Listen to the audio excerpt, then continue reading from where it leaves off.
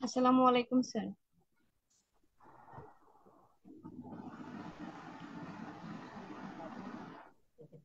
আসসালামু আলাইকুম। আসসালামু আলাইকুম স্যার। ওয়ালাইকুম আসসালাম। সবাই কেমন আছেন? আসসালামু আলাইকুম স্যার। ভালো আছেন তো না? জি স্যার, আপনি কেমন আছেন? আলহামদুলিল্লাহ, আলহামদুলিল্লাহ ভালো ভালো আছেন? আছি। আমার কথা কি স্পষ্ট মানে হচ্ছে আপনারা শুনতে পাচ্ছেন? জি জি জি স্যার। স্যার। স্পষ্ট না? জি স্যার। তো ওই ধারাবাহিকতায় মানে হচ্ছে আমি যে ক্লাসগুলি নিচ্ছিলাম সেই ধারাবাহিকতায় আজকে আমরা যে ক্লাসটা করব সেটা হচ্ছে আমাদের সরকার ব্যবস্থা এক, যেটা আমাদের লেকচার 10। হ্যাঁ, আপনারা খাতায় হেডলাইন দিবেন লেকচার 10। লেকচারটার নাম হচ্ছে সরকার ব্যবস্থা এক, গভর্নমেন্ট সিস্টেম।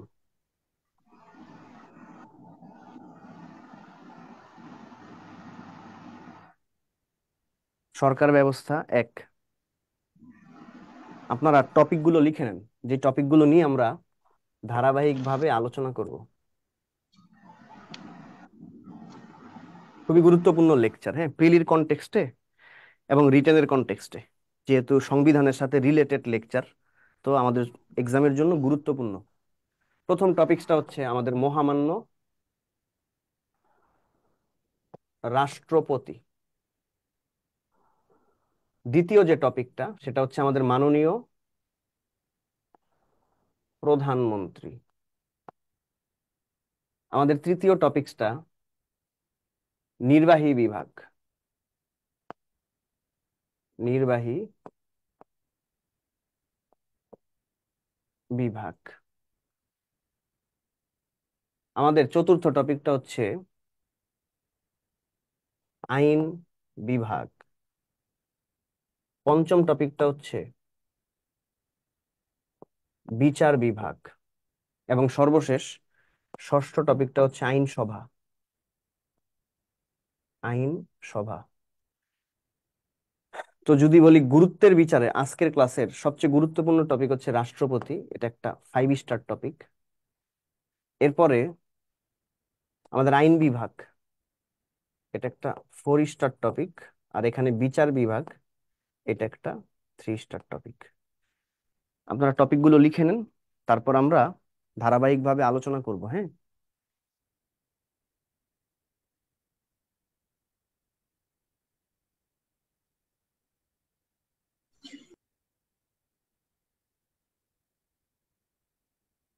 স্যার হয়ে গেছে। হয়ে গেছে না? Thank you. তো দেখেন আমাদের টপিকগুলো, এই টপিকগুলি প্রত্যেকটা সম্পর্কে কিন্তু আমরা সংবিধানের টুকটাক ধারণা পেয়েছি সংবিধান অনুযায়ী। যেমন রাষ্ট্রপতি সম্পর্কে আমরা জেনেছি, মানে যা জেনেছি তা একটু ডিটেলসে এই টপিকে জানবো। হ্যাঁ, প্রধানমন্ত্রী সম্পর্কে জানবো একটু ডিটেলসে, তারপরে নির্বাহী বিভাগের কোন কোন অংশ আছে সেই অংশগুলো সম্পর্কে জানবো, আইন বিভাগের কি কি অংশ আছে সে অংশগুলো সম্পর্কে জানবো, বিচার বিভাগের কাজ কি, এর কি কি অংশ আছে এটা জানবো, এবং আইনসভা কিভাবে গঠিত হয়, কোথায় অবস্থিত, বা এর টুকটাক রিলেটেড ইনফরমেশন গুলো জানার চেষ্টা করব। হুম। সাউন্ড শুনতে পাচ্ছেন না? দেখেন তো একটু ঠিক মতো শুনতে পাচ্ছেন কিনা। একজন মনে হয় বললো শোনা যাচ্ছে তো? যাচ্ছে না। আচ্ছা, জি স্যার, দেখেন তো শোনা আপনার যাচ্ছে। ওইখানে মিউট করা আছে কিনা। যদি মিউট করা থাকে আপনি এটা করে নেন। ওকে, তাহলে আমরা যাচ্ছি আমাদের মূল আলোচনায়। আপনারা যেটা করবেন, খাতায় রাষ্ট্রপতি লিখে একটা হেডলাইন দিয়ে দেন। রাষ্ট্রপতি লিখে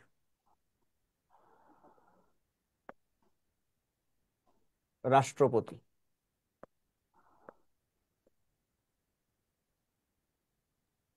রাষ্ট্রপতি, তো আমরা প্রথমে যেটা করব, সাংবিধানিক ভাবে রাষ্ট্রপতির কি কি বিষয়গুলো রয়েছে সেগুলো প্রথম অংশে আমরা দেখব। হ্যাঁ, তো আমরা একটা ছোট ছক আঁকবো। ছকের এক পাশে লিখব নং। নং। আরেক পাশে লিখব বিষয়। এইভাবে করে একটা ছক এঁকে ফেলবো। হুম। এই যে প্রথমেই হচ্ছে 48-এর 1। 48-এর 1-এ রাষ্ট্রপতি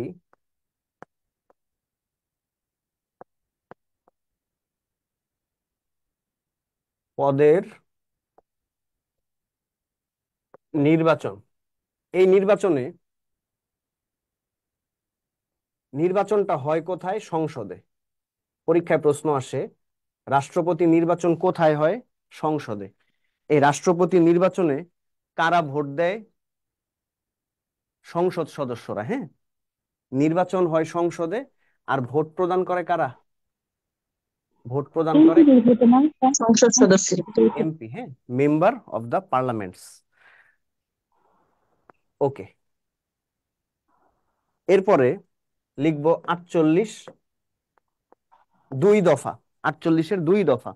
এখানে বলা আছে রাষ্ট্রপতি পদের অবস্থান। রাষ্ট্রপতি পদের অবস্থান ব্রেকেটে লিখবো প্রজাতন্ত্রের সকল নাগরিকের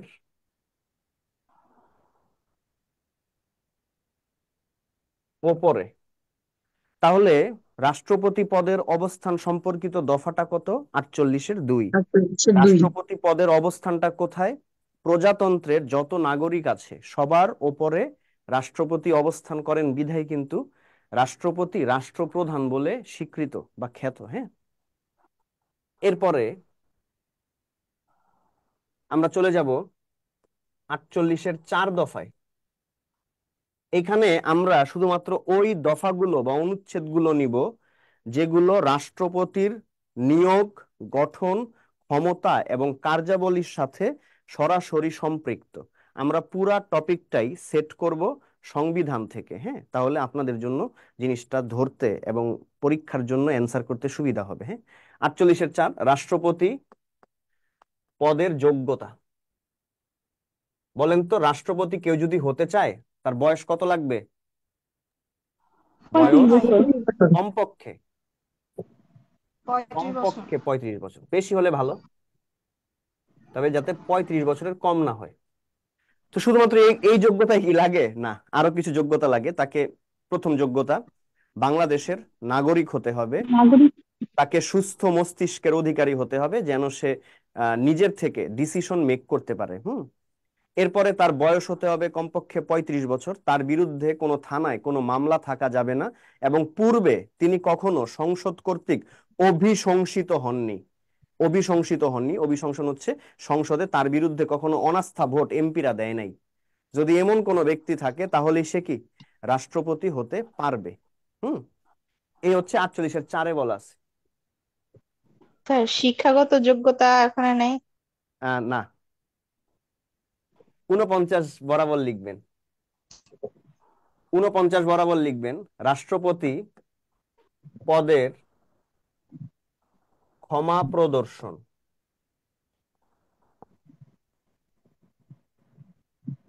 এগুলি নিয়ে আলোচনা করবো, আমি আগে একটু লিখে রাখি। হ্যাঁ, তাহলে আমাদের জন্য সুবিধা হবে।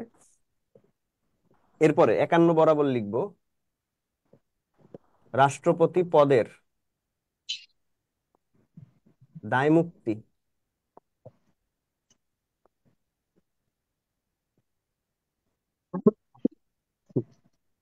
এরপরে লিখবো 56-3, তিনি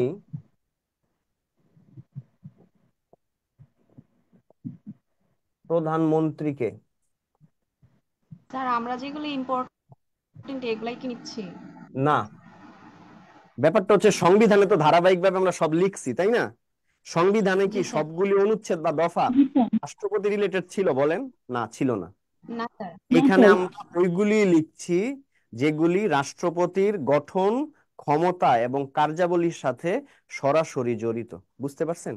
অর্থাৎ জি সংবিধানের স্যার। বিভিন্ন অনুচ্ছেদ এবং দফা থেকে রাষ্ট্রপতির যে অংশটা সেইটা আমরা কি করতেছি? সেগ্রিগেট করতেছি, আলাদা করে দেখাচ্ছি। হ্যাঁ, বুঝতে পারছেন তো জি। না? ওকে। Thank you sir. আসসালামু আলাইকুম। ওয়ালাইকুম আসসালাম। আপাতত এতটুকু লিখেন, এরপরে এতটুকু নিয়ে আলোচনা করে আমরা পরের অংশে আরো অনেক তথ্য বাকি আছে, ওগুলি লিখবো।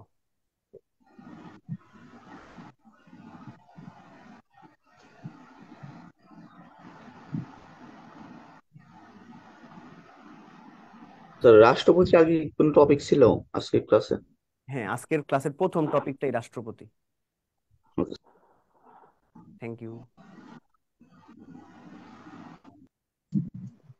Sir sir done. রাষ্ট্রপতি জি লিখছেন? আচ্ছা দেখেন তো পরীক্ষায় প্রশ্ন আসে রাষ্ট্রপতি পদের নির্বাচন বা নিয়োগ সম্পর্কিত অনুচ্ছেদ বা দফাটি কত নং? 48-এর 1। রাষ্ট্রপতি নির্বাচন কোথায় হয়? সংসদে। কারা ভোট দেয়? সংসদ সদস্যরা। কারা ভোট দেয়? সংসদ সদস্য। রাষ্ট্রপতি পদের অবস্থান সম্পর্কিত অনুচ্ছেদ বা দফাটি কত নং? 48-এর 2। রাষ্ট্রপতি পদের অবস্থান কোথায়? প্রজাতন্ত্রের সকল নাগরিকের উপরে। ফেসবুকে লাইভ হচ্ছে না, এটা হচ্ছে যখন ক্লাসটা শেষ হবে তখন ফেসবুকে এটা দেখতে পাবেন। হ্যাঁ, একটু টেকনিক্যাল সমস্যা হচ্ছে, আশা করি 2-1 দিনের মধ্যে ঠিক হয়ে যাবে। হ্যাঁ, এরপরে রাষ্ট্রপতি পদের যোগ্যতা সম্পর্কিত অনুচ্ছেদ বা দফাটি কত নং? 48-এর 4। রাষ্ট্রপতি হতে হলে তাকে বাংলাদেশের নাগরিক হতে হবে, তাকে সুস্থ মস্তিষ্কের অধিকারী হতে হবে, তার বয়স হতে হবে কমপক্ষে 35 বছর, তার বিরুদ্ধে কোনো মামলা থাকা যাবে না এবং পূর্বে তিনি কখনো সংসদ কর্তৃক অভিশংসিত হননি এমন ব্যক্তি হতে হবে। দেখেন রাষ্ট্রপতির একটা বিশেষ ক্ষমতা আছে, সেটা কি জানেন? ক্ষমা প্রদর্শনের ক্ষমতা বা অধিকার। ক্ষমা প্রদর্শন কি? রাষ্ট্রপতি চাইলে আপনার 10 বছর সাজা হয়েছে, আপনার সাজা হ্রাস করে 5 বছর করে দিতে পারবেন। এই এখতিয়ার শুধুমাত্র রাষ্ট্রপতির কাছেই আছে। হ্যাঁ, এরপরে মনে করেন আপনার সাজা 2 বছর হয়েছে, রাষ্ট্রপতি চাইলে আপনাকে বেকসুর খালাস করে দিতে পারেন, অথবা যাদের মনে করেন ফাঁসির রায় হয় বা যাবজ্জীবন কারাদণ্ড হয় তারা রাষ্ট্রপতির কাছে সাধারণ ক্ষমাও কিন্তু প্রার্থনা করতে পারেন। সংবিধানের কয় নাম্বার অনুচ্ছেদ অনুযায়ী বলেন? 49।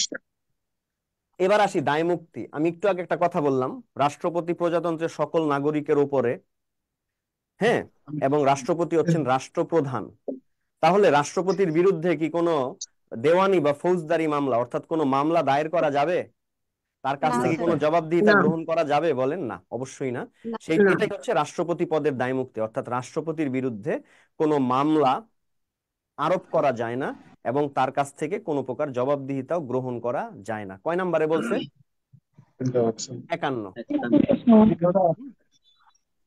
এরপরে মাননীয় প্রধানমন্ত্রীকে নিয়োগ প্রদান করেন কে?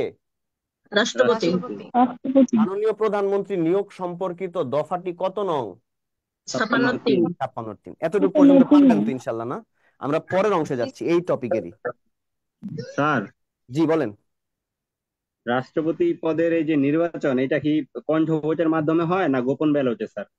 এটা প্রকাশ্য, প্রকাশ্য, গোপন ব্যালটে না। মানে প্রকাশ্য সবাই ভোট দেয় ওই দিন সংসদে যারা উপস্থিত থাকে। হ্যাঁ, এই জন্য এটা কি কণ্ঠ ভোট না স্যার রাষ্ট্রপতি ব্যালটে? প্রত্যক্ষ ভোটে নির্বাচিত হয়, কিন্তু নির্বাচন পদ্ধতিটা পরোক্ষ। কেন পরোক্ষ জানেন? কারণ হচ্ছে আমরা জনগণ ভোট দেই না। আপনি কি রাষ্ট্রপতি নির্বাচনে ভোট দেন? বলেন। না স্যার। আমরা দেই না, সেই জন্য ভোট গ্রহণ পদ্ধতিটা হচ্ছে প্রত্যক্ষ, কিন্তু নির্বাচন পদ্ধতিটা হচ্ছে পরোক্ষ। পরীক্ষায় কিন্তু প্রশ্ন আসছিল বিসিএস যে রাষ্ট্রপতি নির্বাচন পদ্ধতি কেমন? উত্তরটা হচ্ছে পরোক্ষ নির্বাচন পদ্ধতি। কোনো একটা নির্বাচনে যদি সাধারণ জনগণ ভোট প্রদান না করে তাহলে ওই নির্বাচন পদ্ধতিটা কি হয়ে যায়? পরোক্ষ নির্বাচন পদ্ধতি হয়ে যায়। হ্যাঁ, বুঝা গেল তো? না স্যার এই পরোক্ষ নির্বাচন পদ্ধতিটাই কেমন, যে ব্যালটে ভোট দেয় না কণ্ঠ ভোট, কোনটা? হ্যাঁ, এটা হচ্ছে ব্যালট থাকে তো। ওই যে আপনারা জানেন হয়তো নির্বাচন কমিশনের দ্বিতীয় গুরুত্বপূর্ণ দায়িত্বটা হচ্ছে রাষ্ট্রপতি নির্বাচনের ব্যবস্থা করা, অর্থাৎ জি স্যার। রাষ্ট্রপতি নির্বাচনে যে ভোটগুলি হয় সেগুলো কাস্ট করা। আচ্ছা ওকে, আচ্ছা, বুঝতে ব্যালটে। পারছি স্যার। Thank you. এবার স্যার চলে আসবো পরের অংশে। স্যার স্যার, রাষ্ট্রপতির উপরে কেন স্যার মামলা দায়ের করা যাবে না? 48-2 অনুযায়ী রাষ্ট্রপতি প্রজাতন্ত্রের সকল নাগরিকের ওপরে, রাষ্ট্রপতি রাষ্ট্রপ্রধান, তার বিরুদ্ধে মামলা আরোপ করা যায় না, কিন্তু সংসদে কিন্তু তার বিরুদ্ধে অভিশংসন আনা যায় যদি সে রাষ্ট্রদ্রোহিতার অপরাধ করে, কাউকে খুন বা ধর্ষণের সাথে সরাসরি জড়িত থাকে।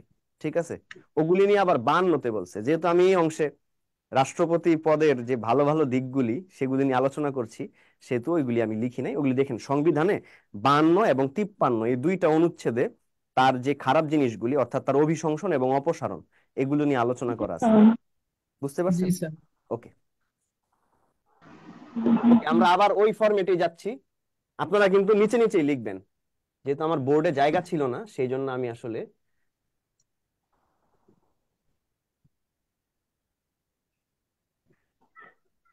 এক পাশে হচ্ছে নং, এক পাশে হচ্ছে বিষয়। তো আমরা 56 পর্যন্ত করেছিলাম, তাই না? এরপরে আমরা লিখবো 61। আগে লিখবো, তারপরে আমি জিনিসগুলি বুঝাই দিব। হ্যাঁ, রাষ্ট্রপতির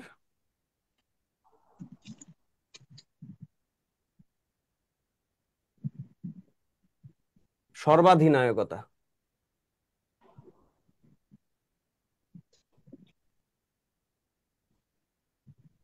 3,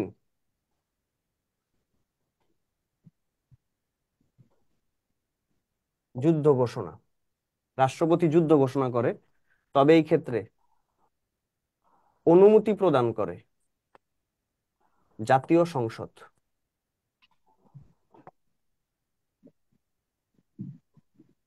অনুমতি প্রদান করে জাতীয় সংসদ।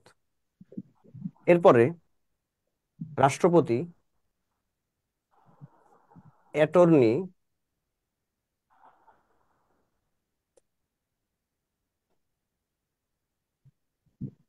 জেনারেলকে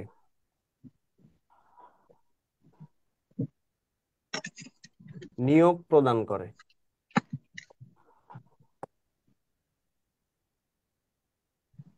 রাষ্ট্রপতি অ্যাটর্নি জেনারেলকে নিয়োগ প্রদান করেন। এরপর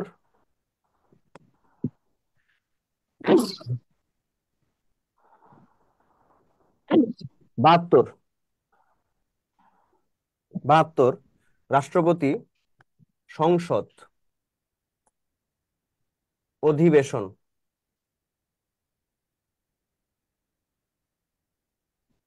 আহ্বান করেন। রাষ্ট্রপতি সংসদ অধিবেশন আহ্বান করেন। এরপরে 80 রাষ্ট্রপতি বিলে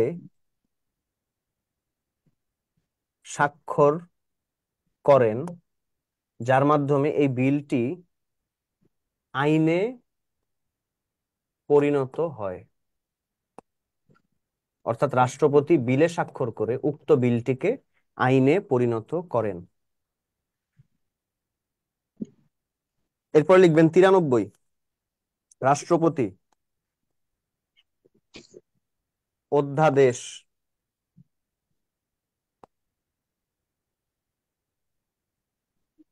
জারি করেন। এরপরে লিখবেন 95-1 রাষ্ট্রপতি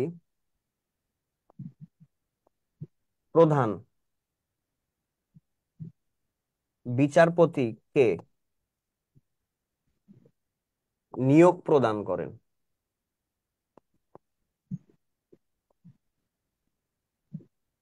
এরপরে লিখবেন 141-এর ক উপদফা। 141-এর ক উপদফায় বলা আছে, রাষ্ট্রপতি সর্বোচ্চ 120 দিনের জন্য জরুরি অবস্থা ঘোষণা করেন।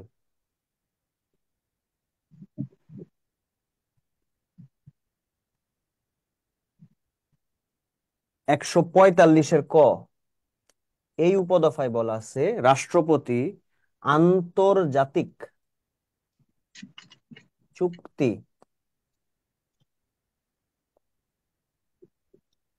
সম্পাদন করেন। এই যে এতটুকু পর্যন্ত সুন্দর করে লিখেন। হ্যাঁ, তারপর আমি কয়েকটা জিনিস নিয়ে কথা বলবো।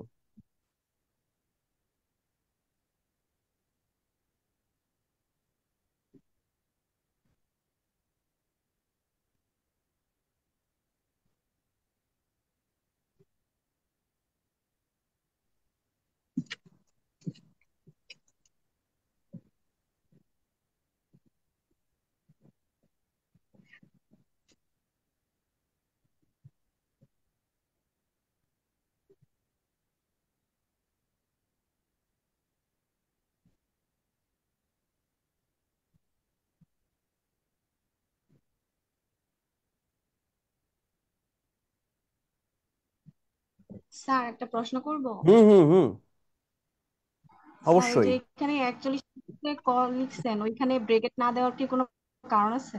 অ্যাকচুয়ালি না, এই উপদফাগুলোতে ব্রেকেট দিতে হয় না। যদি আপনি ব্রেকেট দেন তাহলে কোনো সমস্যা নেই।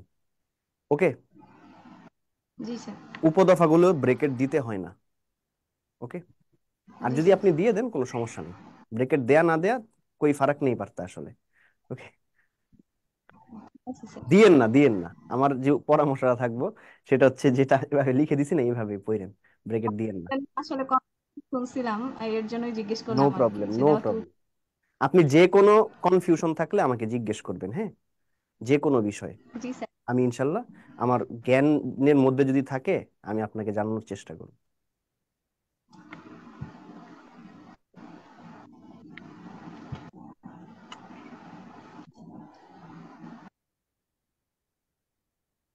আশা করি সবাই লিখছেন, তাই না? জি স্যার, জি স্যার। হয়েছে। ওকে, দেখেন শেষ একটা তো শব্দ স্যার। এখানে পেয়েছি। শব্দটা কি জানেন? সর্বদনীয়। সর্বাধিনায়কতা। না। সর্বাধিনায়কতা। এখানে একটা প্রশ্ন আমাদের পরীক্ষায় আসে, সেটা হচ্ছে বাংলাদেশের যে মহান মুক্তিযুদ্ধ হয়, মুক্তিযুদ্ধের সর্বাধিনায়ক কে ছিলেন? বঙ্গবন্ধু শেখ বঙ্গবন্ধু শেখ মুজিবুর বঙ্গবন্ধু রহমান। শেখ মুজিবুর রহমান। সর্বাধিনায়কতা মানে কি জানেন? যুদ্ধ ঘোষণা করার ক্ষমতা। সর্বাধিনায়কতা মানে কি? যুদ্ধ ঘোষণা করার। ঘোষণা ক্ষমতা। তো এই যে পাকিস্তানিদের বিরুদ্ধে যুদ্ধ ঘোষণা করছিলেন কে? বঙ্গবন্ধু শেখ মুজিবুর বঙ্গবন্ধু শেখ রহমান, তাই মুজিবুর। না? এই জন্য এই যে তখন তিনি কি ছিলেন? রাষ্ট্রপতি। রাষ্ট্রপতি। রাষ্ট্রপতি। তো সর্বাধিনায়কতার ক্ষমতা একমাত্র কার কাছে থাকে? রাষ্ট্রপতির কাছে। রাষ্ট্রপতির সংবিধানের কয় নাম্বার অনুচ্ছেদ অনুযায়ী? 61। 61 61, নম্বর। মনে রাখেন, খুবই গুরুত্বপূর্ণ। হ্যাঁ, এরপরে আমাকে বলেন, কে যুদ্ধ ঘোষণা করতে পারে? রাষ্ট্রপতি। ওই যে একটু আগেই তো বললাম, সর্বাধিনায়কতা মানে যুদ্ধ ঘোষণা করার ক্ষমতা। ক্ষমতাটা হচ্ছে 61, আর অ্যাকচুয়ালি সে করে কয় নাম্বার অনুচ্ছেদ অনুযায়ী? 63। 63 নম্বর। তবে এই ক্ষেত্রে রাষ্ট্রপতিকে অনুমতি প্রদান করে কে? জাতীয় সংসদ। জাতীয় সংসদ। জাতীয় সংসদ। এখানে জাতীয় সংসদ বলতে জাতীয় সংসদে অবস্থিত যে সংসদ সদস্যরা আছে বা অবস্থানরত তাদেরকে বুঝাই নাইছে। হ্যাঁ, বুঝতে পারছেন তো? আচ্ছা, তাহলে স্যার, যুদ্ধের আগে বঙ্গবন্ধু যখন ছিল, তখন কি জাতীয় সংসদ ছিল না, না নাকি তখন তখন তো না, ছিল? এটা তো আমাদের সংবিধান তো আর তখন হয় নাই। সংবিধান তো হয়েছে 1972 সালে, তাই না? 72 সালে 16 ডিসেম্বর এরপরে যখন 72। ওই যে স্বাধীন বাংলাদেশের জন্য যে সংবিধান, ওই সংবিধান অনুযায়ী এখন তো হুট করে যুদ্ধের ঘোষণা দেয়া যাবে না। এখন যুদ্ধের ঘোষণা দেওয়ার আগে অবশ্যই জাতীয় সংসদ যদি আমাদেরকে অনুমতি দেয়, মানে রাষ্ট্রপতিকে অনুমতি দেয়, তাহলেই রাষ্ট্রপতি যুদ্ধ ঘোষণা করতে পারবেন। তবে যুদ্ধ ঘোষণা একমাত্র করতে পারবেন রাষ্ট্রপতি, অন্য কেউ পারবেন না। আর এটাই রাষ্ট্রপতির সর্বাধিনায়কতা। বুঝতে পারছেন তো না? জি ওকে, স্যার। অ্যাটর্নি জেনারেল প্রজাতন্ত্রের প্রধান আইনজীবী। প্রজাতন্ত্রের প্রধান আইন কর্মকর্তাকে অ্যাটর্নি জেনারেল বলা হয়। অ্যাটর্নি জেনারেলকে নিয়োগ দেয়া হয় কত নাম্বার অনুচ্ছেদ অনুযায়ী? 64। 64, মনে রাখবেন। সংসদ একদম। অধিবেশন আহ্বান করেন কে? স্থগিত করেন কে? রাষ্ট্রপতি। ভেঙে দেন কে? রাষ্ট্রপতি। রাষ্ট্রপতি। এটা রাষ্ট্রপতি। 45 বিসিএস এ আসছে, 72 নম্বর অনুচ্ছেদ অনুযায়ী। বিলে স্বাক্ষর করেন কে? রাষ্ট্রপতি। রাষ্ট্রপতি। এই বিলে স্বাক্ষরের মাধ্যমে বিল কিসে পরিণত হয়? আইনে। আইনে। এই আইন প্রণয়ন পদ্ধতি কত নাম্বার অনুচ্ছেদ? 80। 80। 80, মনে রাখবেন। 80 নং অনুচ্ছেদে আইন প্রণয়ন সম্পর্কে বলা হয়েছে। অধ্যাদেশ। অধ্যাদেশ হচ্ছে এক ধরনের আদেশ। জরুরি অবস্থায় রাষ্ট্রপতি রাষ্ট্র পরিচালনা করার জন্য যে আদেশ করেন সেটাকে অধ্যাদেশ বলে। তাহলে অধ্যাদেশ কি? একটা বিশেষ ধরনের আদেশ। কে প্রদান করেন? রাষ্ট্রপতি প্রদান রাষ্ট্রপতি। করেন। রাষ্ট্রপতি। কেন প্রদান করেন? রাষ্ট্র পরিচালনার জন্য। কখন প্রদান করেন? জরুরি অবস্থা জরুরি চলাকালে অবস্থায়। বা জরুরি অবস্থার সময়। কয় নাম্বার অনুচ্ছেদ? 93। 93। মনে রাখেন, এটা বিসিএস পরীক্ষায় আসছে যে রাষ্ট্রপতি অধ্যাদেশ জারি করেন কত নং অনুচ্ছেদ অনুযায়ী, অথবা অধ্যাদেশ জারি করেন কে। এরপরে আসি, প্রধান বিচারপতিকে নিয়োগ প্রদান করেন কে? রাষ্ট্রপতি। রাষ্ট্রপতি। কত নং অনুচ্ছেদ বা দফা অনুযায়ী? 95 এর 95 এক। 95 এক নম্বর অনুযায়ী জরুরি অবস্থা খুব গুরুত্বপূর্ণ একটা জিনিস, কে জারি করেন? রাষ্ট্রপতি। রাষ্ট্রপতি। কত নম্বর উপদফা অনুযায়ী? 41 একশো মনে 41 রাখবেন, ক। জরুরি অবস্থা রাষ্ট্রপতি জারি করেন তিনটি কারণে। আবার বলছি, জরুরি অবস্থা রাষ্ট্রপতি জারি করতে পারেন বা জারি করেন তিনটি কারণে। প্রথম কারণটা হচ্ছে যুদ্ধ ঘোষণা করা হলে। প্রথম কারণটা কি? যুদ্ধ যুদ্ধ ঘোষণা করা। দ্বিতীয় কারণটা হচ্ছে অভ্যন্তরীণ গোলযোগ এবং মহামারী। মনে করেন আমাদের বাংলাদেশে চরম একটা দুর্ভিক্ষ হলো বা মহামারী আসলো, এই মহামারীতে আমাদের মনে করেন কয়েক কোটি মানুষ মারা গেল, বা ক্ষুধা তৃষ্ণায় মনে করেন যে দুর্ভিক্ষে রাস্তাঘাটে মানুষের ডেড বডি পড়ে থাকা শুরু করলো, তখন রাষ্ট্রপতি জরুরি অবস্থা জারি করবেন। তিন নাম্বার যেটা, সেটা হচ্ছে বহির আক্রমণ।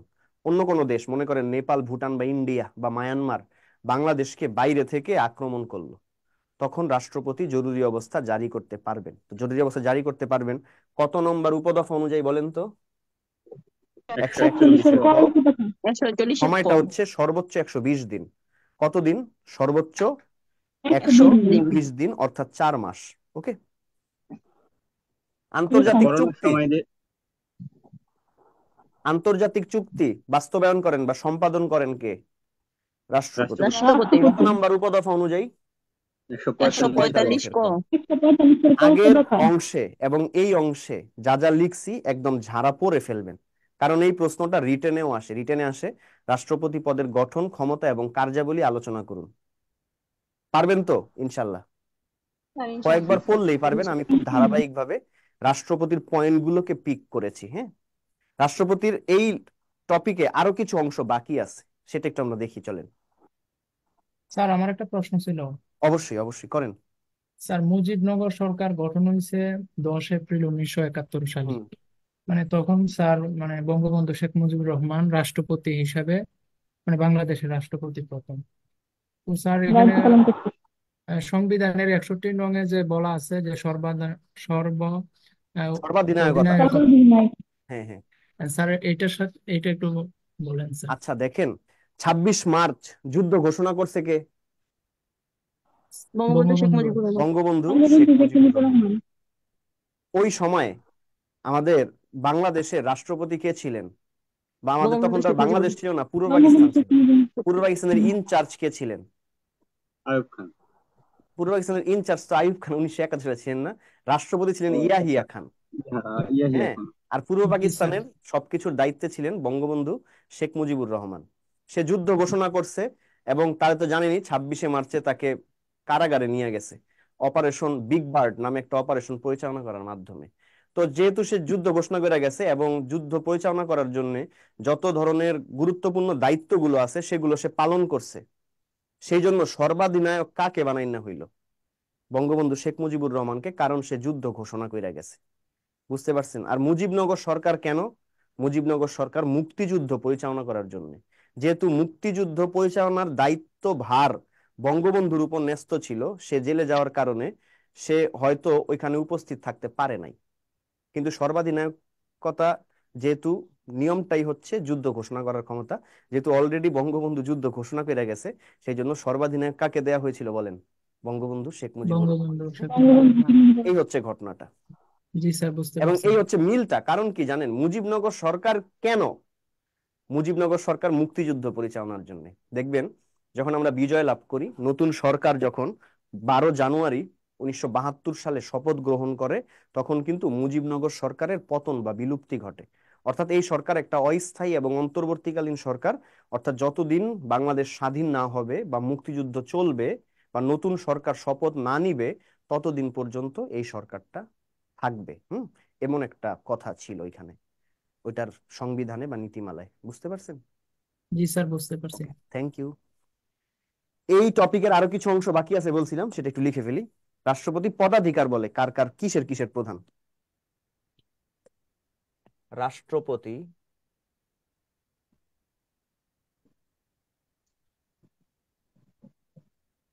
পদাধিকার বলে প্রধান। 1 নাম্বার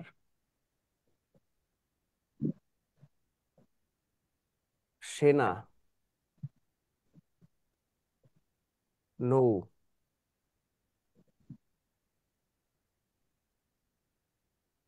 বিমান বাহিনীর পদাধিকার বলে প্রধান।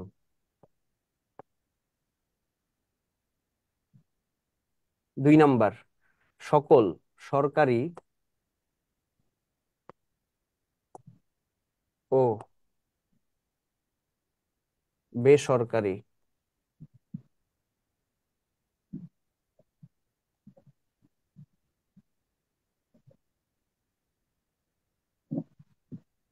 বিশ্ববিদ্যালয়গুলোর চ্যান্সেলর, আচার্য। হুম। 3 number, Bangladesh scout. 4 number, Bangladesh rotary club. 5 number, 5 number হচ্ছে Bangladesh Asiatic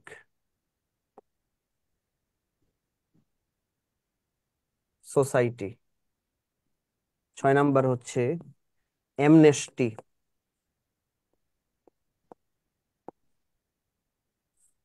international.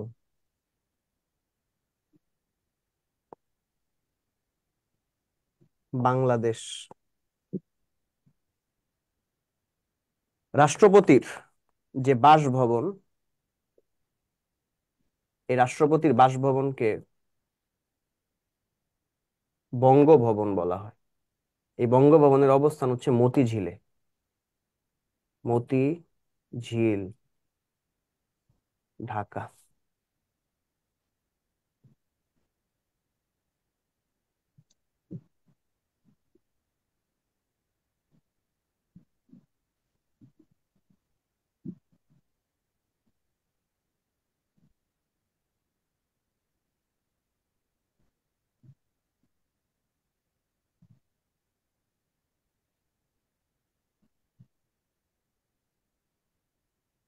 Sir rotary ক্লাবটা কি?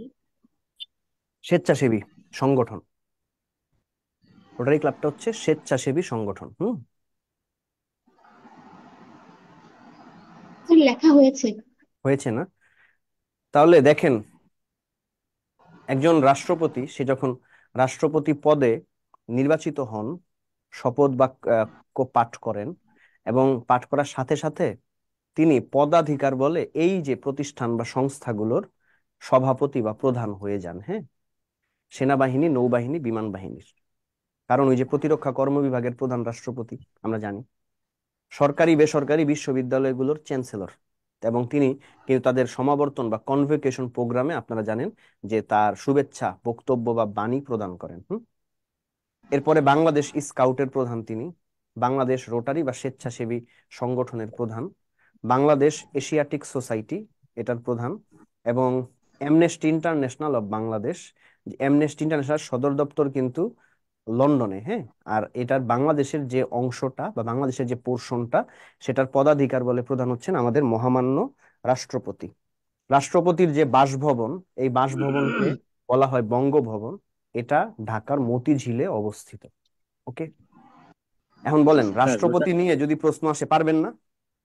ইনশাআল্লাহ স্যার। ইনশাল্লাহ। স্যার রোটারি ক্লাব বলতে যে কোনো ধরনের স্বেচ্ছাসেবী সংগঠনকে বোঝাবে?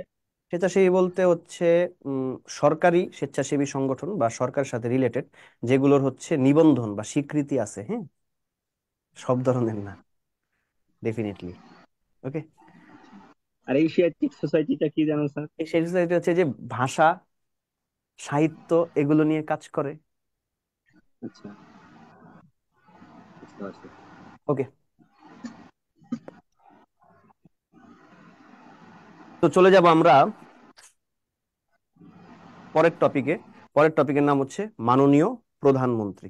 তো সেম অ্যাপ্রোচ আমরা মাননীয় প্রধানমন্ত্রীকেও সলভ করব। হ্যাঁ,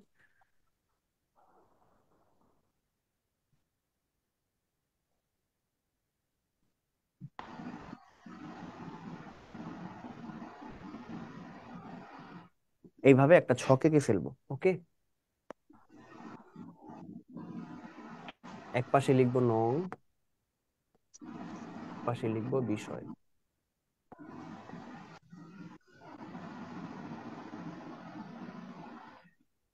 এইভাবে। তো প্রথমেই আসবে 48-এর 3 যে দফাটা, সেটা হচ্ছে প্রধানমন্ত্রী রাষ্ট্রপতিকে 2টি কাজ ব্যতীত সকল কাজে পরামর্শ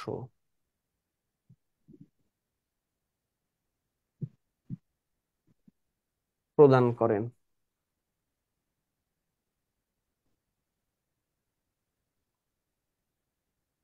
এরপরে লিখবেন 55-এর 2। 55-এর 2 এতে বলা আছে প্রজাতন্ত্রের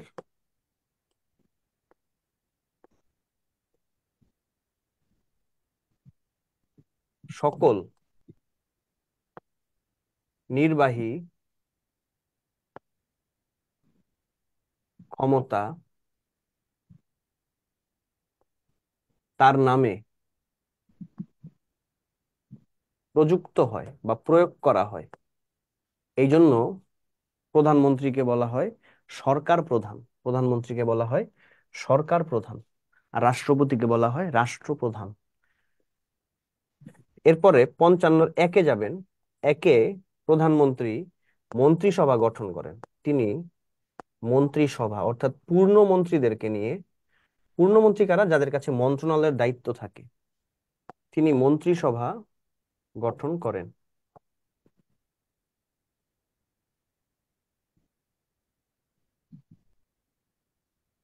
এরপরে যাবেন 56-এর 1-এ, তিনি মন্ত্রী পরিষদ গঠন করেন। 56-এর 2-এ যাবেন। 56-এর 2-এ তিনি টেকনোক্র্যাট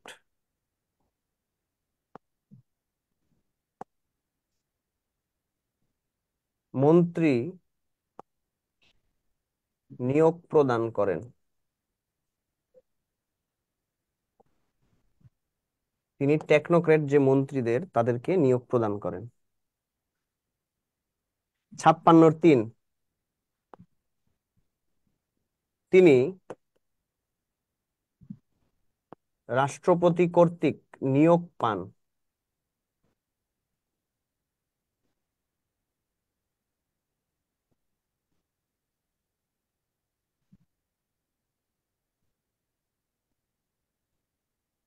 নিয়োগ লাভ করেন।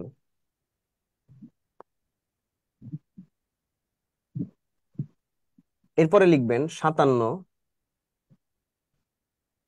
প্রধানমন্ত্রীর পদের মেয়াদ।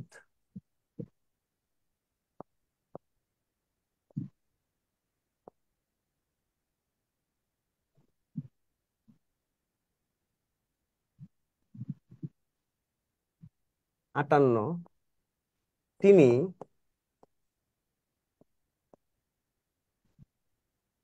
অন্যান্য মন্ত্রীদের পদের মেয়াদ নির্ধারণ করেন।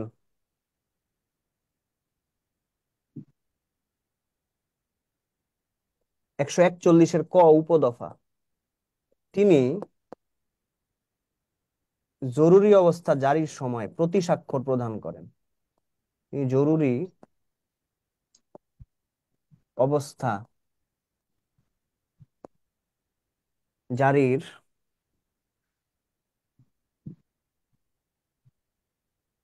সময় প্রতি স্বাক্ষর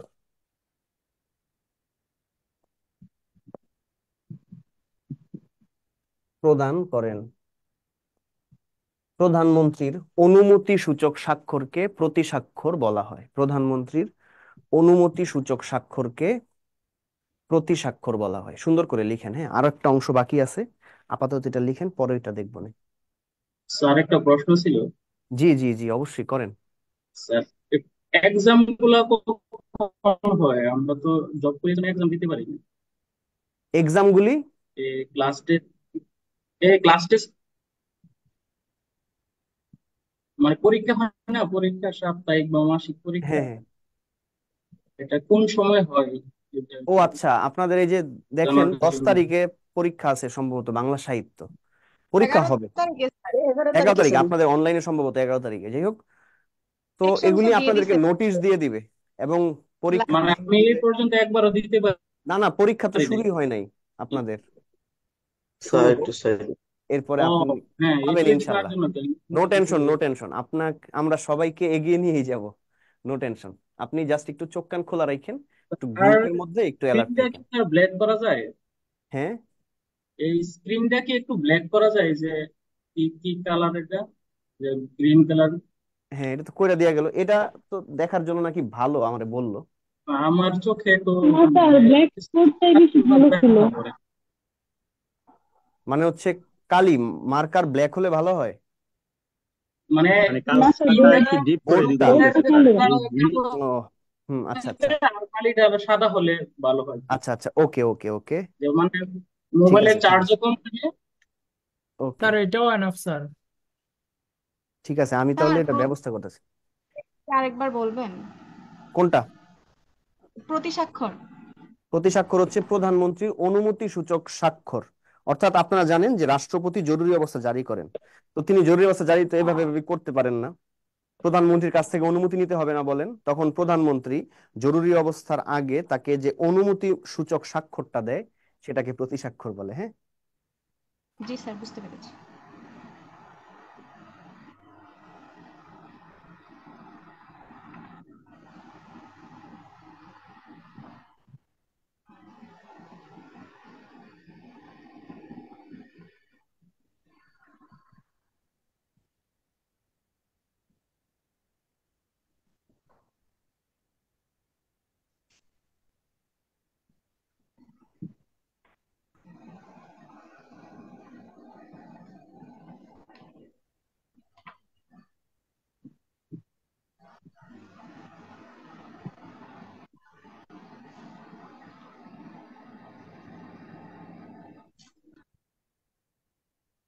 জি স্যার শেষ।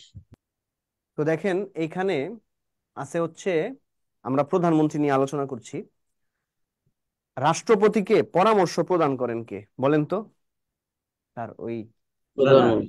একটা দেখতে নাকি সমস্যা হচ্ছে, বোর্ডের যে কালারটা কোন কালার করলে ভালো হয় বোর্ডের ব্যাকগ্রাউন্ডে বলেন তো? এখন স্যার এটা হচ্ছে ব্ল্যাক। সবুজ কালার আছে, কালো করলে ভালো হয়? না না না স্যার, জি স্যার। এইটাই একটু ডিপ করে দিতে বলছে, এইটাই আর একটু ডিপ হবে। ও, এটা এটা গ্রিন একটু তো, ডিপ, এটা এটা একটু, হচ্ছে হ্যাঁ লাইট গ্রিন। বুঝতে এটা পারছি লাইট বুঝতে গ্রিন পারছি, হবে হচ্ছে রাইট ডিপ রাইট, গ্রিন। ঠিক আছে, এটা একটু ডিপ কালো করা আছে। কালো আমি করলে এটা দেখা একটু যাবে। শেষ করি, জাস্ট 2 মিনিট দেন, আমি এটা একটু আপনাদেরকে বুঝাই দেই, ঠিক আছে? এরপরে আমি এটা চেঞ্জ করি। হ্যাঁ, ওকে জি জি স্যার। ওকে। দেখেন, রাষ্ট্রপতি 2টা কাজ ব্যতীত সকল কাজে কার পরামর্শ গ্রহণ করে বলেন তো? প্রধানমন্ত্রী। প্রধানমন্ত্রী। এটা কোথায় প্রধানমন্ত্রী। বলা আছে সংবিধানের? 48 48-এর 3 48 নাম্বার। এখন 2টা কাজ কি কি? একটা হচ্ছে প্রধানমন্ত্রীকে নিয়োগ, আরেকটা হচ্ছে প্রধান বিচারপতিকে নিয়োগ। এই 2টা কাজ ব্যতীত রাষ্ট্রপতি সকল কাজে মাননীয় প্রধানমন্ত্রীর পরামর্শ গ্রহণ করবেন 48-এর 3 দফা অনুযায়ী। হ্যাঁ, এরপর প্রজাতন্ত্রে সকল নির্বাহী ক্ষমতা কার নামে প্রয়োগ করা হয় বলেন? প্রধানমন্ত্রীর প্রধানমন্ত্রী। নাম। কোথায় বলা আছে এটা? 55(2)। এই জন্য 55 প্রধানমন্ত্রীকে বলা হয় সরকার প্রধান। এই জন্য প্রধানমন্ত্রীকে কি বলা হয়? সরকার প্রধান। সরকার প্রধান সরকার বলা হয়। প্রধান। আচ্ছা, সরকার প্রধান বা নির্বাহী বিভাগের প্রধান। নির্বাহী বিভাগের প্রধান, রাইট, বা নির্বাহী প্রধান, ঠিক আছে, ওকে। জি স্যার। তো এই যে মন্ত্রিসভা কাদেরকে নিয়ে গঠিত হয়? পূর্ণমন্ত্রীকে নিয়ে মন্ত্রীদের। গঠিত হয়। কোন দফা অনুযায়ী? 55 55 55 কে এক। গঠন করেন? 55 এক। প্রধানমন্ত্রী। প্রধানমন্ত্রী। প্রধানমন্ত্রী। মন্ত্রী পরিষদ সকল মন্ত্রীকে নিয়ে গঠিত হয় কয় কয় নাম্বার দফা অনুযায়ী? 56 56 কে এর গঠন করেন? প্রধানমন্ত্রী। প্রধানমন্ত্রী। প্রধানমন্ত্রী। টেকনোক্রেট মন্ত্রী, বিশেষ চাহিদা পূরণে মন্ত্রী। টেকনোক্রেসি, টেকনোক্রেসি তিনটা ক্ষেত্রে টেকনোক্রেট মন্ত্রী নিয়োগ দেয়া হয়, মনে রাখবেন। কয়টা ক্ষেত্রে? তিনটা তিনটা। ক্ষেত্রে। এক নাম্বার হচ্ছে science and technology, S&T, science and technology. দুই নাম্বারটা হচ্ছে আইসিটি, আইসিটি। তিন নাম্বারটা হচ্ছে হেলথ। আবার বলছি, এই টেকনোক্রেসি, এই সিস্টেমটা সর্বপ্রথম চালু করা হয়েছে আমেরিকার সংবিধানে, ইউএস এর সংবিধানে। পরবর্তীতে বিভিন্ন গণতান্ত্রিক রাষ্ট্র তাদের সুবিধা অনুযায়ী এটাকে অ্যাডপ্ট করে নিয়েছে। বাংলাদেশেও কিন্তু টেকনোক্রেসি আছে। হ্যাঁ, বাংলাদেশে কিন্তু বর্তমানে স্বাস্থ্য খাতে একজন টেকনোক্রেট মন্ত্রী আছে, আর হচ্ছে বিজ্ঞান ও প্রযুক্তি খাতে কিন্তু একজন টেকনোক্রেট মন্ত্রী আছে, আপনারা জানেন। তো কি কি ক্ষেত্র বলেন তো? এক নাম্বার হচ্ছে science and science technology, and দুই টেকনোলজি, নাম্বার হচ্ছে আইসিটি, আইসিটি আইসিটি, আর স্বাস্থ্য। ইনফরমেশন এন্ড কমিউনিকেশন টেকনোলজি, আর তিন নম্বরে হচ্ছে কি হেলথ বা স্বাস্থ্য। ওকে, জিনিসটা কি? প্রধানমন্ত্রী সংসদ সদস্যদের বাইরে থেকে বিশেষ চাহিদা পূরণের জন্য যে মন্ত্রীদেরকে নিয়োগ দেন তাদেরকেই টেকনোক্রেট মন্ত্রী বলা হয়। তবে মনে রাখতে হবে, টেকনোক্রেট মন্ত্রীর সংখ্যা যাতে মোট মন্ত্রিসভার সর্বোচ্চ 1/10 হয় বা তার চেয়ে কম হয়, বা 10%-এর বেশি যাতে না হয়।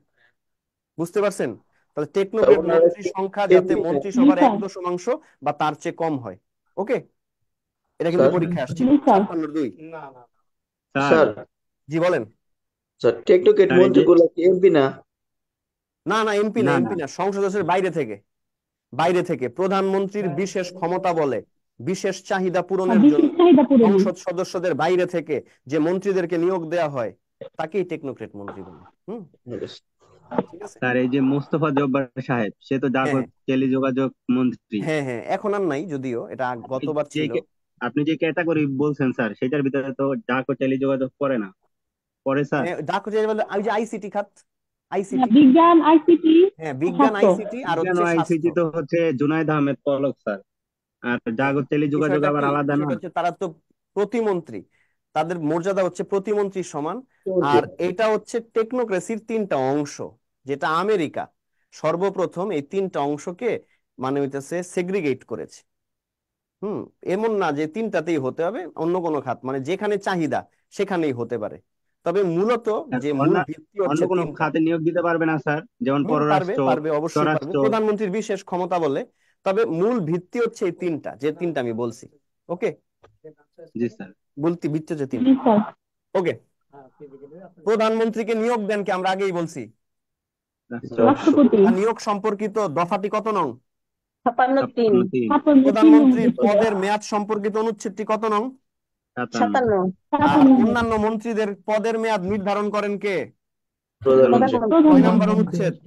58 জরুরি অবস্থা চলাকালে অনুমোদন সূচক প্রতি স্বাক্ষর প্রদান করেন কে? প্রধানমন্ত্রী। প্রধানমন্ত্রী। কোথায় বলা আছে? একশো এদিকে স্যার 141 রাষ্ট্রপতি। এই ধারা। টপিকের আরেকটা অংশ না বাকি থাকা আছে। সময়। কি বলেন? এদিকে স্যার রাষ্ট্রপতি যখন না থাকে তখন কি প্রতি স্বাক্ষর করে প্রধানমন্ত্রী? রাষ্ট্রপতি না থাকলে জরুরি অবস্থা জারি করবে কিভাবে? ঠিক না?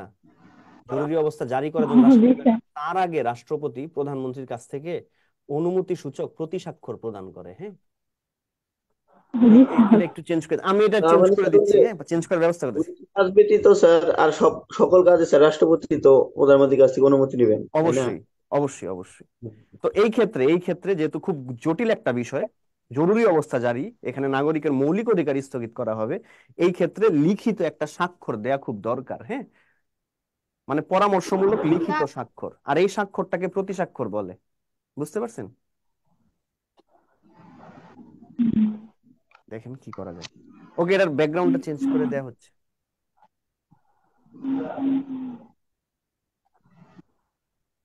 এটাই।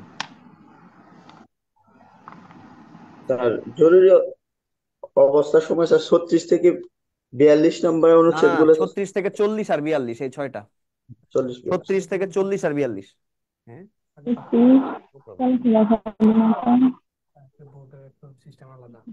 হুম।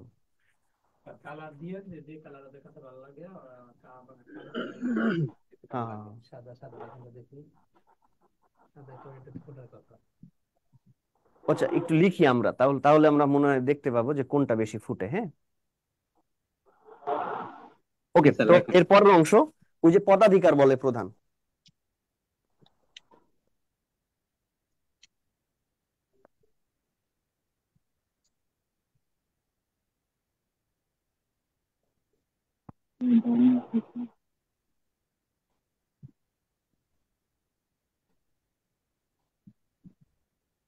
দেখেন তো স্পষ্ট কিনা। হ্যাঁ, স্পষ্ট আছে স্যার। জি স্পষ্ট। স্যার। ওকে, জি স্যার। আচ্ছা। তো প্রধানমন্ত্রী পদাধিকার বলে কার কার প্রধান? এক নাম্বার হচ্ছে নিপোর্ট, দুই নাম্বার হচ্ছে বিএনএনসি, তিন নাম্বার হচ্ছে নিকার,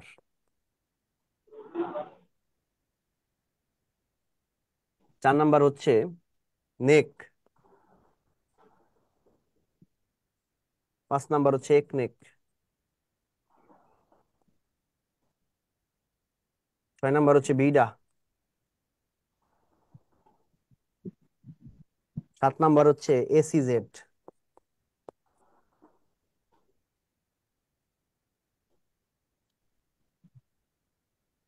আট নাম্বার হচ্ছে দুর্যোগ,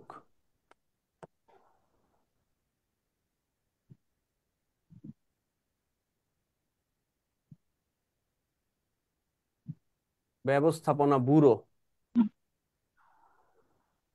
নয় নাম্বার হচ্ছে মা ও শিশু বিষয়ক পরিষদ। আর প্রধানমন্ত্রীর যে বাসভবন, এটাকে গণভবন বলা হয়, তেজগাঁওতে।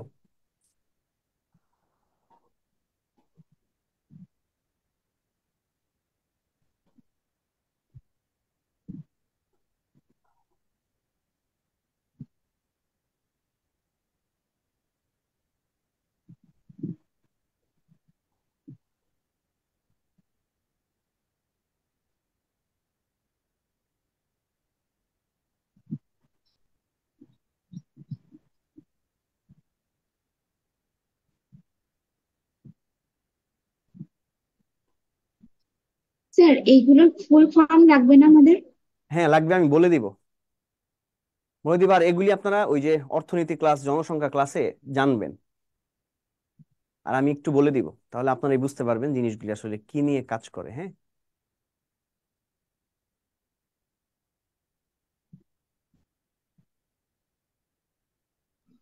স্যার, মন্ত্রিসভা আর মন্ত্রী পরিষদের মাঝখানে কি পার্থক্য? অবশ্যই পার্থক্য আছে। মন্ত্রিসভা শুধুমাত্র পূর্ণ মন্ত্রীদেরকে নিয়ে গঠিত হয়। পূর্ণমন্ত্রী কারা? যাদের কাছে মন্ত্রণালয়ের দায়িত্ব থাকে, তাদেরকে পূর্ণমন্ত্রী বলা হয়। আর এদেরকে আমরা বলি ক্যাবিনেট মেম্বার। ক্যাবিনেট মেম্বার বলি।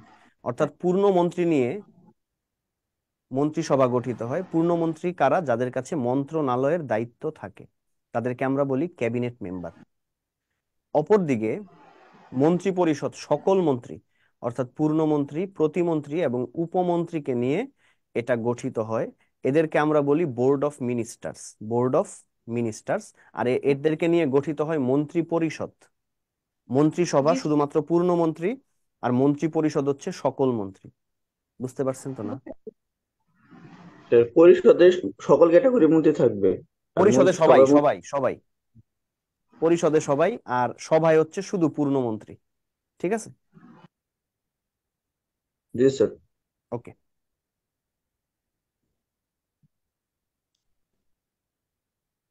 তাহলে দেখেন, NIPORT, national institution of population research and training, এটার প্রধান প্রধানমন্ত্রী। জনসংখ্যা বিষয়ক প্রতিষ্ঠান, national institution of population research and training. BNNC, Bangladesh national nutrition council, পুষ্টি বিষয়ক পরিষদ, জনসংখ্যার জাতীয়। তো এইটাও প্রধানমন্ত্রীর আন্ডারেই আছে, এটার পদাধিকার বলে প্রধান প্রধানমন্ত্রী। NICAR, national implementation committee for administrative reform. National implementation committee for administrative reform, অর্থাৎ এটা হচ্ছে প্রশাসনিক পুনর্বিন্যাস বা সংস্কার সম্পর্কিত একটা সংস্থা, যার পদাধিকার বলে প্রধান মাননীয় প্রধানমন্ত্রী। নেক, ন্যাশনাল ইকোনমিক কাউন্সিল, ন্যাশনাল মানে জাতীয় অর্থনৈতিক পরিষদ। একনেক, executive committee of national economic council. BIDA, Bangladesh investment development authority, এর প্রধান মাননীয় প্রধানমন্ত্রী। এসিজেড, স্পেশাল ইকোনমিক জোনস, বিশেষ অর্থনৈতিক অঞ্চল, এইটার প্রধান মাননীয় প্রধানমন্ত্রী। আর এই দুটো আপনি দেখতেই পাচ্ছেন, বাংলায় সুন্দর করে লেখা আছে, দুর্যোগ ব্যবস্থাপনা ব্যুরো আর মা ও শিশু বিষয়ক পরিষদ। প্রধানমন্ত্রীর যে বাসভবন, এটা হচ্ছে গণভবন, এটা ঢাকার তেজগাঁওতে অবস্থিত। এই দুইটা টপিক থেকে বিসিএস প্রিলিতে 1 নাম্বার আসবে। যে দুইটা টপিক আমরা শেষ করলাম, আমরা পরের অংশে যাব। পরের অংশে আমাদের কাছে আছে নির্বাহী বিভাগ। ওকে, নির্বাহী বিভাগ লিখে আপনার একটা হেডলাইন দেন।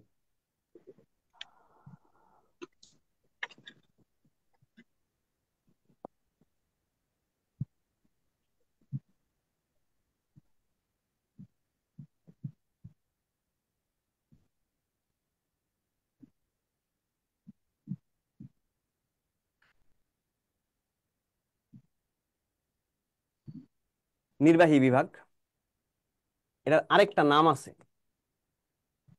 শাসন বিভাগ। এটার প্রধান যে কাজটা, হুম প্রধান কাজটা হচ্ছে আইন প্রয়োগ করা।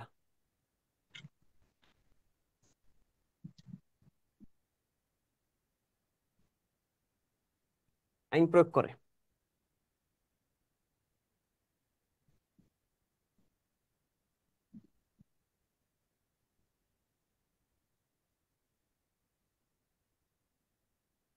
তো এই যে নির্বাহী বিভাগ, এই নির্বাহী বিভাগের 5টা অংশ বা পরিচ্ছেদ আছে। এই অংশগুলি নিয়ে আমাদের কাজ। দেখি একটু অংশগুলি। 1 নাম্বার, রাষ্ট্রপতি। ঠিক আছে, ঠিক আছে নাকি এটা রিফ্লেক্ট করতেছে? আমার কাছে মনে হইতাছে যে এইটা একটু রিফ্লেক্ট করতেছে। আপনাদের কাছে কি এমন মনে হইছে? স্যার মাঝে মধ্যে ঝাপসা হয়। এক্স্যাক্টলি, এটা ব্যাকগ্রাউন্ডের কারণে আর কি। জি স্যার, আগের ব্যাকগ্রাউন্ডটাই ঠিক ছিল। হ্যাঁ, ঝাপসা হয়ে যায় এই জন্য স্যার এটা আগে মাঝে মাঝে ঝাপসা রংটা হয়ে যায়, কেমন গোলা হয়ে যায়, আমি এটা বুঝতেছিলাম। আপনাদের কাছ থেকে আমি একটা কমপ্লেন শুনতে চাইছিলাম, কিন্তু আপনাদেরকে বলেন নাই। আমি না বললে মনে বলতেন না।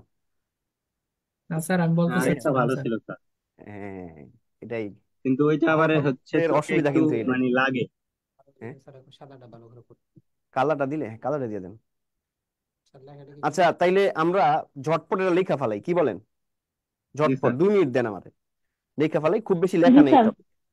রাষ্ট্রপতি, এরপরে 2 নাম্বার হচ্ছে প্রধানমন্ত্রী। আমি এটা কেন এইভাবে লিখলাম, অলরেডি এগুলি নিয়ে ডিটেইলসে আমরা আলোচনা করছি না?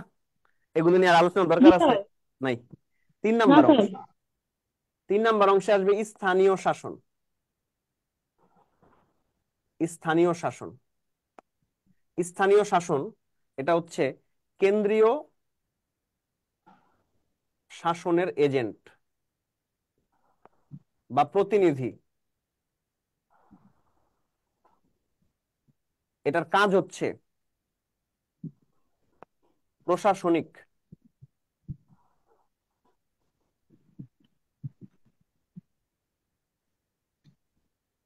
বিকেন্দ্রীকরণ, প্রশাসনিক বিকেন্দ্রীকরণ। 4 নম্বরে আসবে প্রতিরক্ষা কর্ম বিভাগ।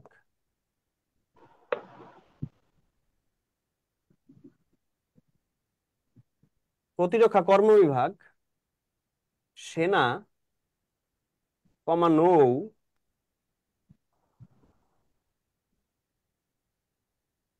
বিমান বাহিনী নিয়ে গঠিত হয়। এটা সম্পর্কে বলা আছে 62 নং অনুচ্ছেদে, আর এইটা সম্পর্কে বলা আছে 59 নং অনুচ্ছেদে। 5 নাম্বার অংশ, এই 5 নাম্বার অংশে আছে হচ্ছে অ্যাটর্নি জেনারেল।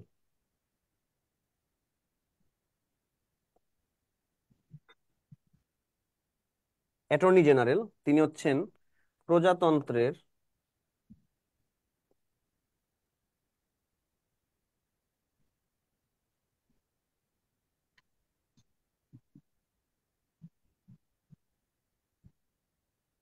প্রধান আইন কর্মকর্তা রাষ্ট্রপতি কর্তৃক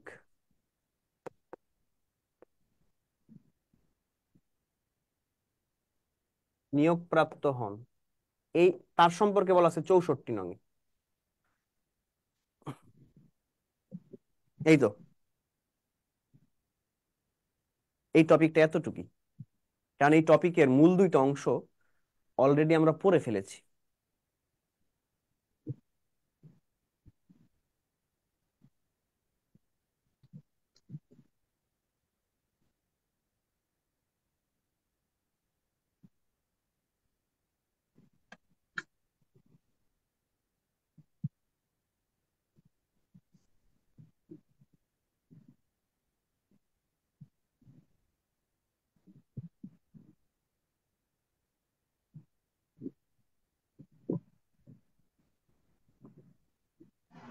শেষ স্যার। শেষ না? তাহলে আমাকে বলেন নির্বাহী বিভাগের আরেকটা নাম কি? শাসন বিভাগ। শাসন বিভাগ। কাজ কি শাসন বিভাগের? আইন প্রয়োগ আইন আইন করে। প্রয়োগ প্রয়োগ করে। আইন করা। প্রয়োগ করে। এর অংশ কয়টি? অংশ 5টি। 5টি অংশ। 5টি অংশ। এই রাষ্ট্রপতি প্রধানমন্ত্রী নিয়ে ডিটেলস আলোচনা হয়েছে না, এই জন্য এখানে কিছু জি লিখি। স্যার। জি স্যার। স্থানীয় শাসন কেন্দ্রীয় শাসনের প্রতিনিধি। কেন্দ্রীয় শাসন কোন শাসন আবার? মন্ত্রণালয় সচিবালয় আছে না, এরা হচ্ছে কেন্দ্রীয় শাসন জি ব্যবস্থা। স্যার। এছাড়াও স্থানীয় পর্যায়ে আমরা জানি শহর এবং গ্রাম অঞ্চলে দুইটা অংশে বিভক্ত। শহরাঞ্চলে আছে পৌরসভা, সিটি কর্পোরেশন। গ্রাম অঞ্চলে আছে জেলা পরিষদ, উপজেলা পরিষদ, ইউনিয়ন পরিষদ। ইউনিয়ন। এদের সবগুলিকে বলা হয় স্থানীয় শাসন প্রতিষ্ঠান। তারা যে কাজটা করে, তারা কেন্দ্র থেকে একই রকম শাসন ব্যবস্থা দেশের সর্বত্র সমানভাবে পৌঁছে দেওয়া বা ছড়িয়ে দেওয়ার চেষ্টা করে। এই জন্য এটার কাজ হচ্ছে প্রশাসনিক বিকেন্দ্রীকরণ, যার সম্পর্কে কয় নম্বর অনুচ্ছেদে বলা আছে? 59। 59। 59। সেনা, নৌ এবং বিমান বাহিনী নিয়ে কি গঠিত হয়? প্রতিরক্ষা প্রতিরক্ষা কর্মবিভাগ। কয় নম্বর অনুচ্ছেদে আছে? প্রতিরক্ষা। 62। 62। 62 এগুলি হয়। এটার প্রধান কে বলেন? একটু আগে পড়ছেন, রাষ্ট্রপতি। রাষ্ট্রপতি। Thank you. প্রজাতন্ত্রের প্রধান আইন কর্মকর্তার নাম কি? Attorney attorney general. অ্যাটর্নি কে জেনারেল। নিয়োগ দেয়? রাষ্ট্রপতি। রাষ্ট্রপতি। তার পদের মেয়াদ নির্ধারণ করে কে? রাষ্ট্রপতি। তার বেতন নির্ধারণ করে কে? রাষ্ট্রপতি। রাষ্ট্রপতি। কয় নাম্বার অনুচ্ছেদ অনুযায়ী? 64। 64। ওকে, তাহলে আমি এই ব্যাকগ্রাউন্ডটাও চেঞ্জ করে স্যার, দিচ্ছি। এই টপিকটা এখানে স্যার শেষ। প্রতিরক্ষা কর্মবিভাগ প্রতিরক্ষা একটু আর একটু স্যার আলোচনা প্রতিরক্ষা করেন তো কর্ম স্যার। বিভাগে কি বিভাগ হচ্ছে ওই যে বিজেপি তিনটা আছে? বাহিনী। না, বিজিবি হচ্ছে স্বরাষ্ট্র মন্ত্রণালয়, এটা প্রতিরক্ষা মন্ত্রণালয়ের অধীন না। স্যার, প্রতিরক্ষা মন্ত্রণালয় নিয়ে আর একটু আলোচনা করেন তো স্যার, এটা একটু বুঝায় বলেন। আচ্ছা, এটা প্রতিরক্ষা মন্ত্রণালয় না তো, কর্ম বিভাগ। প্রতিরক্ষা স্যার মন্ত্রণালয় ওটা তো প্রধানমন্ত্রীর আন্ডারে, সশস্ত্র বাহিনী বিভাগ। হ্যাঁ, আর এটা হচ্ছে কর্ম বিভাগ, শুধুমাত্র সামরিক বাহিনী, সেনাবাহিনী, নৌবাহিনী এবং বিমান বাহিনী নিয়ে গঠিত। আর এইটার পদাধিকার বলে প্রধান হচ্ছেন মাননীয় মহামান্য রাষ্ট্রপতি। তাছাড়া এগুলি নিজস্ব প্রধানও কিন্তু আছে। ঠিক আছে, মনে রাখবেন প্রতিরক্ষা মন্ত্রণালয়ের প্রধান হচ্ছে মাননীয় প্রধানমন্ত্রী, আর প্রতিরক্ষা কর্ম বিভাগের প্রধান হচ্ছেন রাষ্ট্রপতি। ওকে, প্রতিরক্ষা মন্ত্রণালয় হচ্ছে সশস্ত্র বাহিনী, অর্থাৎ আর যা আছে।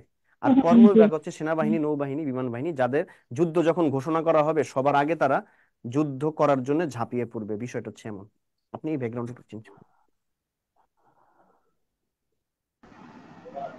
স্যার, প্রতিরক্ষা মন্ত্রণালয়ের ভিতরেও তো আপনার হচ্ছে যেই ইয়ে আছে, বিজিবি টিজিবি আছে, ওরা যাবে না, ওরা হচ্ছে স্বরাষ্ট্র মন্ত্রণালয়ের অধীনে।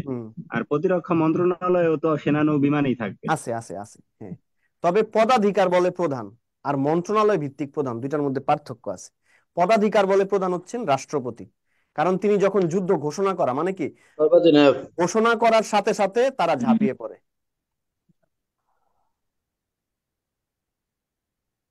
এরকম একটা অন্ধকার। এটা কেমন লাগতেছে? এটাও রিফ্লেক্ট করবে স্যার, এটা রিফ্লেক্ট করবে। এত ফুল কালো না ভাই। মানে আচ্ছা দেখি, মনে করেন আমাদের পরের টপিকটা কি? এই যে অলরেডি রিফ্লেক্ট করতেছে, ইয়ে ঘোলাটে হয়ে যাচ্ছে। স্যার গ্রিনটা ভালো হবে স্যার। গ্রিনটাই ভালো ছিল। স্যার এই ব্ল্যাকটা স্যার সমস্যা ডিপ নেই আমার। ব্ল্যাক না, এই ব্ল্যাকটা স্যার অ্যাশ ব্ল্যাক। হ্যাঁ, এটা যদি একদম আগেরটা ব্ল্যাক ঠিক হোল আছে, একদম প্রথমে যেটা ছিল কালো। ওইটা, হ্যাঁ হ্যাঁ হ্যাঁ। ওইটাই দেন, প্রথমেরটাই দেন। ভালো ছিল। প্রথমটা বলো। প্রথমটাই সবচেয়ে ভালো, আমি জানি, কারণ আমি গত ক্লাসগুলি ওই প্রথমটাতে নিছিলাম, আমার কাছে ভালোই লাগছিল। একবার দেখা হয়েছিল সবগুলো কালার ওটা ছাড়া বাকি সবগুলোকে রিফ্লেক্ট করে। এটাই তো প্রথমটা না স্যার? হ্যাঁ হ্যাঁ। হ্যাঁ, এটা অনেক কালো। এই যে এই ব্ল্যাকটা তো মোটামুটি আসে। না, প্রবলেম। ওইটা একই ব্ল্যাক। ওই ব্ল্যাকটা না, ওইটা হচ্ছে ইসের ব্ল্যাক না, বোর্ডের ব্ল্যাক না, ওইটা হচ্ছে ব্যাকগ্রাউন্ড। ওই স্কিনের।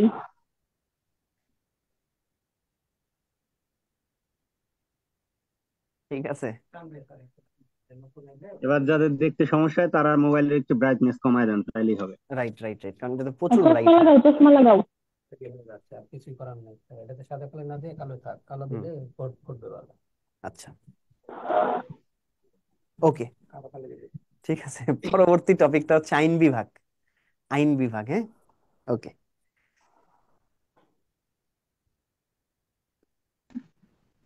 খুবই চমৎকার একটা টপিক,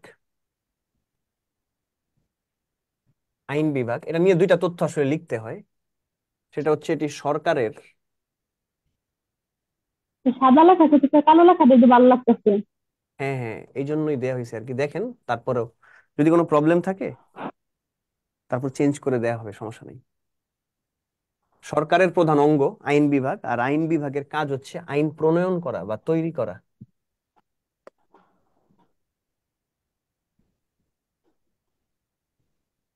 আইন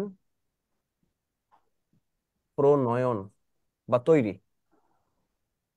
এই আইন বিভাগের অংশ কিন্তু আবার তিনটা, তিনটা অংশ, এ এক, এ দুই, এ তিন, তিনটা অংশ আইন বিভাগের। প্রথম অংশে আসবে আইনসভা,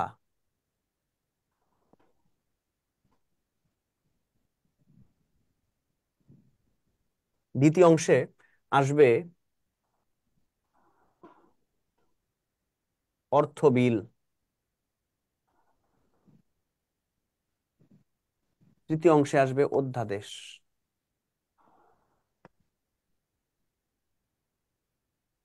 জারি। আইনসভার কি কি অংশ আছে দেখি। আইনসভার গঠন, নির্বাচিত সদস্য,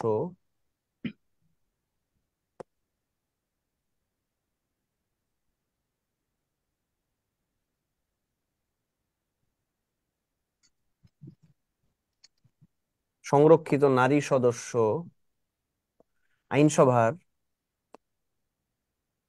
সদস্য হবার যোগ্যতা, আইনসভার আসন,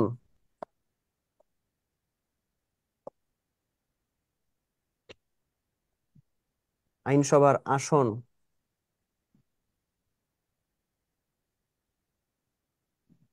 শূন্য হওয়া, আইনসভার অধিবেশন, আইনসভার সভাপতি মানে স্পিকার, ডেপুটি স্পিকার, এরপর হচ্ছে কোরাম,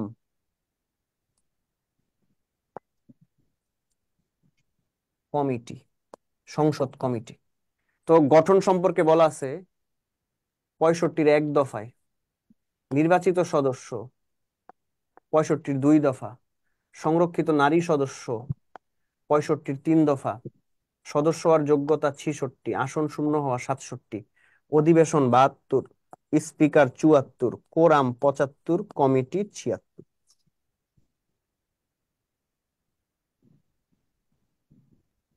ওকে, লিখে ফেললাম সংবিধান অনুযায়ী। ওকে, অর্থ বিল। অর্থ বিল হচ্ছে প্রজাতন্ত্রের কর সংক্রান্ত প্রধান বিল।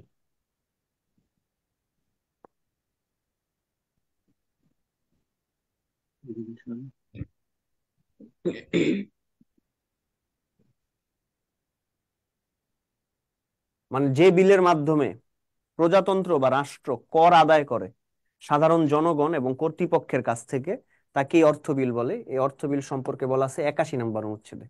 তো তো সাংবিধানিক ভাবে অর্থ বিধান না তিনটা অংশ আছে।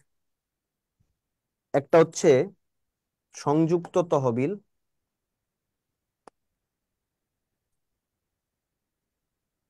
একটা হচ্ছে বার্ষিক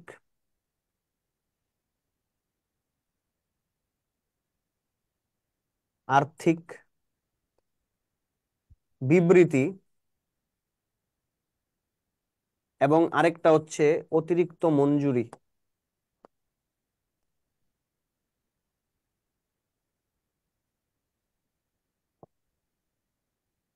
সংযুক্ত তহবিল সম্পর্কে বলা আছে 84 নম্বর অনুচ্ছেদে, বার্ষিক আর্থিক বিবৃতি 87, অতিরিক্ত মঞ্জুরি 91। এগুলি নিয়ে আলোচনা করব, একটু লিখে রাখেন সুন্দর করে।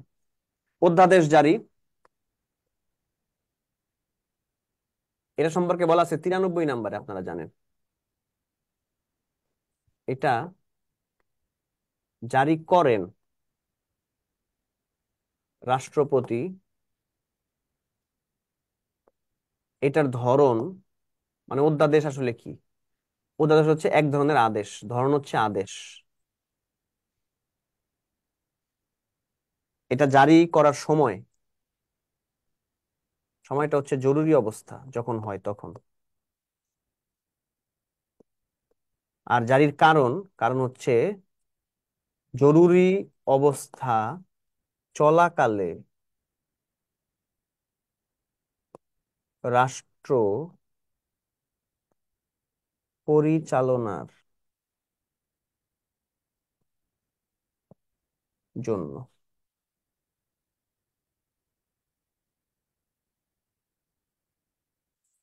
সুন্দর করে লিখেন, হ্যাঁ।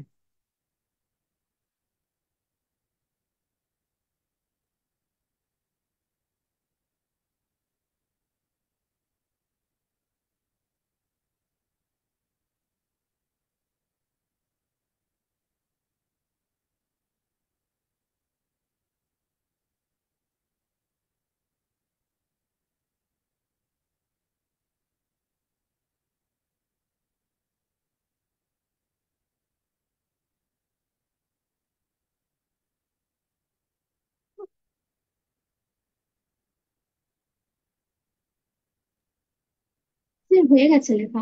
হুম, থ্যাংক ইউ। তো সরকারের পরীক্ষায় প্রশ্ন আসে, সরকারের প্রধান অঙ্গ নিচের কোনটি?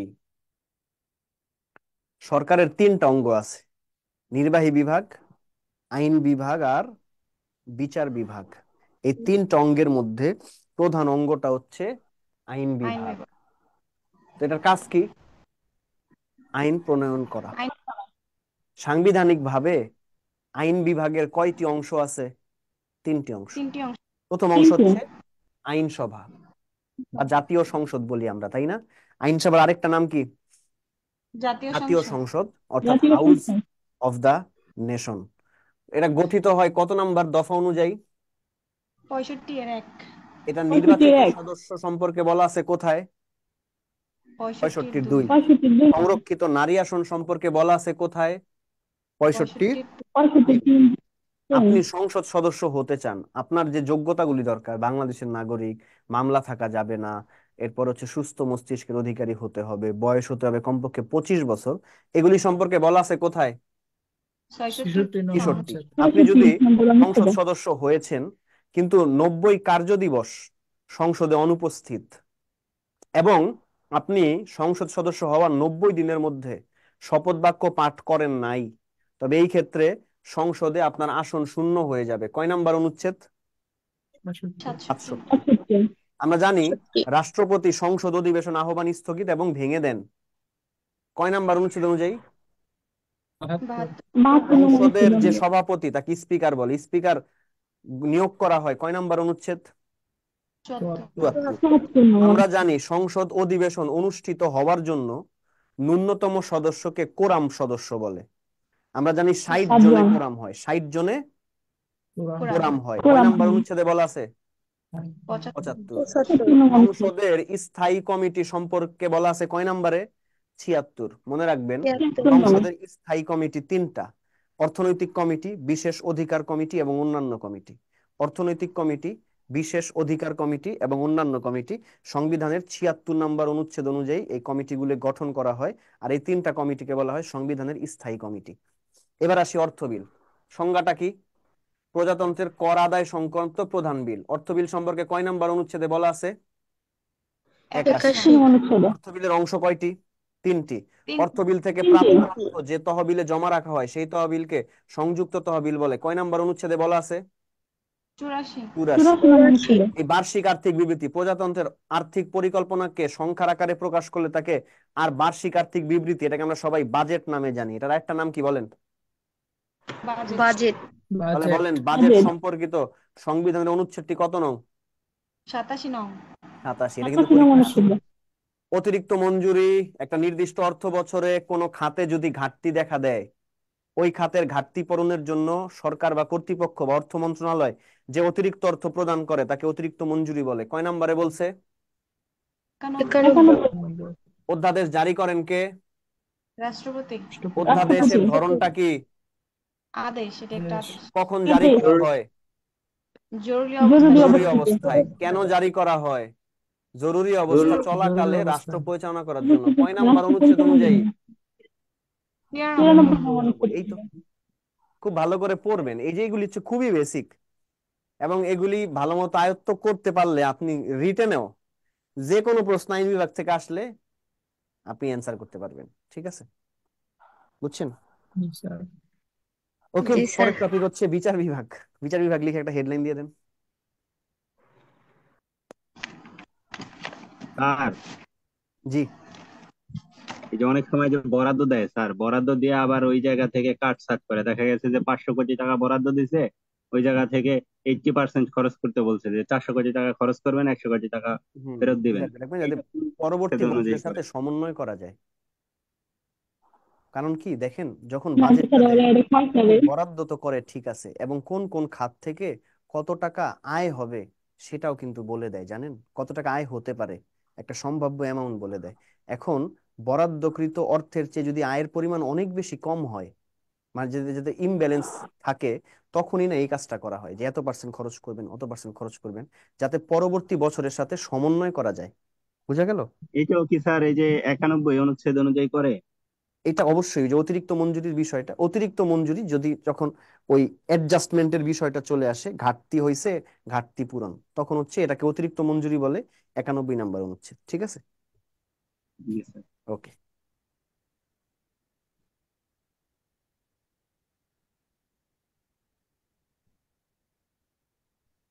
বিচার বিভাগ। বিচার বিভাগের সাংবিধানিকভাবে অংশ 3টা।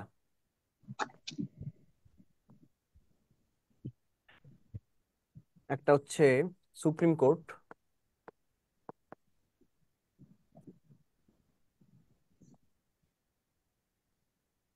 একটা হচ্ছে অধস্তন আদালত,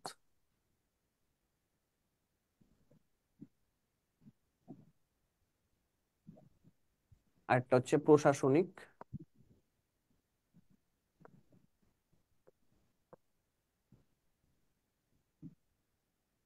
ট্রাইব্যুনাল। প্রশাসনিক ট্রাইব্যুনাল। সুপ্রিম কোর্ট এটা প্রধান বিচারালয়, প্রতিষ্ঠা,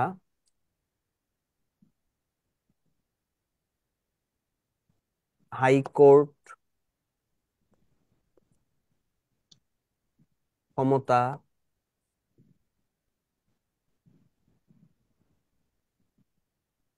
আপিল বিভাগের ক্ষমতা। এরপরে লিখবেন হচ্ছে প্রধান বিচারপতি নিয়োগ,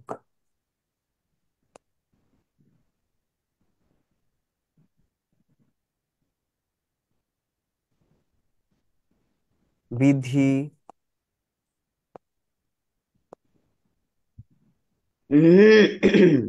প্রণয়ন ক্ষমতা, মামলা, স্থানান্তর ক্ষমতা। প্রতিষ্ঠিত হয় 94 নম্বর অনুচ্ছেদ অনুযায়ী। হাইকোর্টের ক্ষমতা 102, আপিল বিভাগের ক্ষমতা 105, প্রধান বিচারপতি 95-1, বিধি প্রণয়ন 107, মামলা স্থানান্তর 110। অধস্তন আদালত এই অধস্তন আদালতকে দুইটা অংশে ভাগ করা যায়। একটা হচ্ছে জেলা জজ আদালত, আরেকটা হচ্ছে দায়রা জজ আদালত। এই জেলা জজ আদালতে দেওয়ানি মামলা নিষ্পত্তি করা হয়।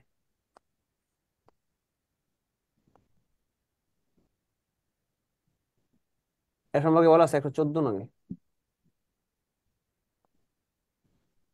আর এই দায়রা মানে হচ্ছে ফৌজদারি মামলা নিষ্পত্তি।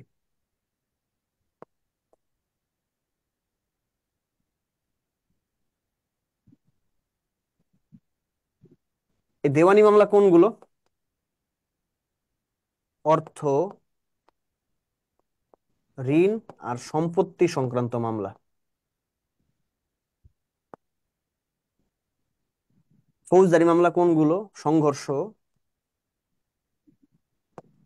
যৌতুক, নৈতিকতার অবক্ষয় জনিত মামলা। অবক্ষয়জনিত মামলা।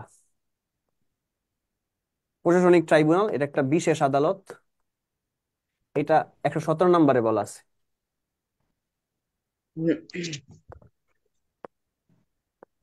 এটা সরকারি কর্মকর্তাদের বেতন ভাতা সমস্যা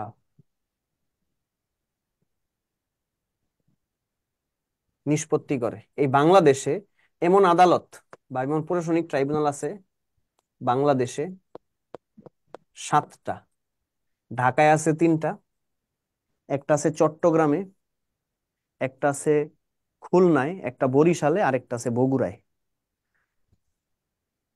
লিখে নেন সুন্দর করে। স্যার, জি। প্রজাতন্ত্রে তো সবাই কর্মচারী, তাহলে কর্মকর্তা লিখলেন কেন স্যার?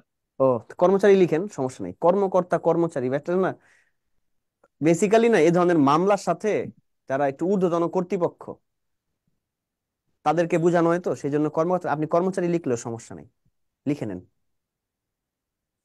কর্মচারী লিখাই দরকার ছিল।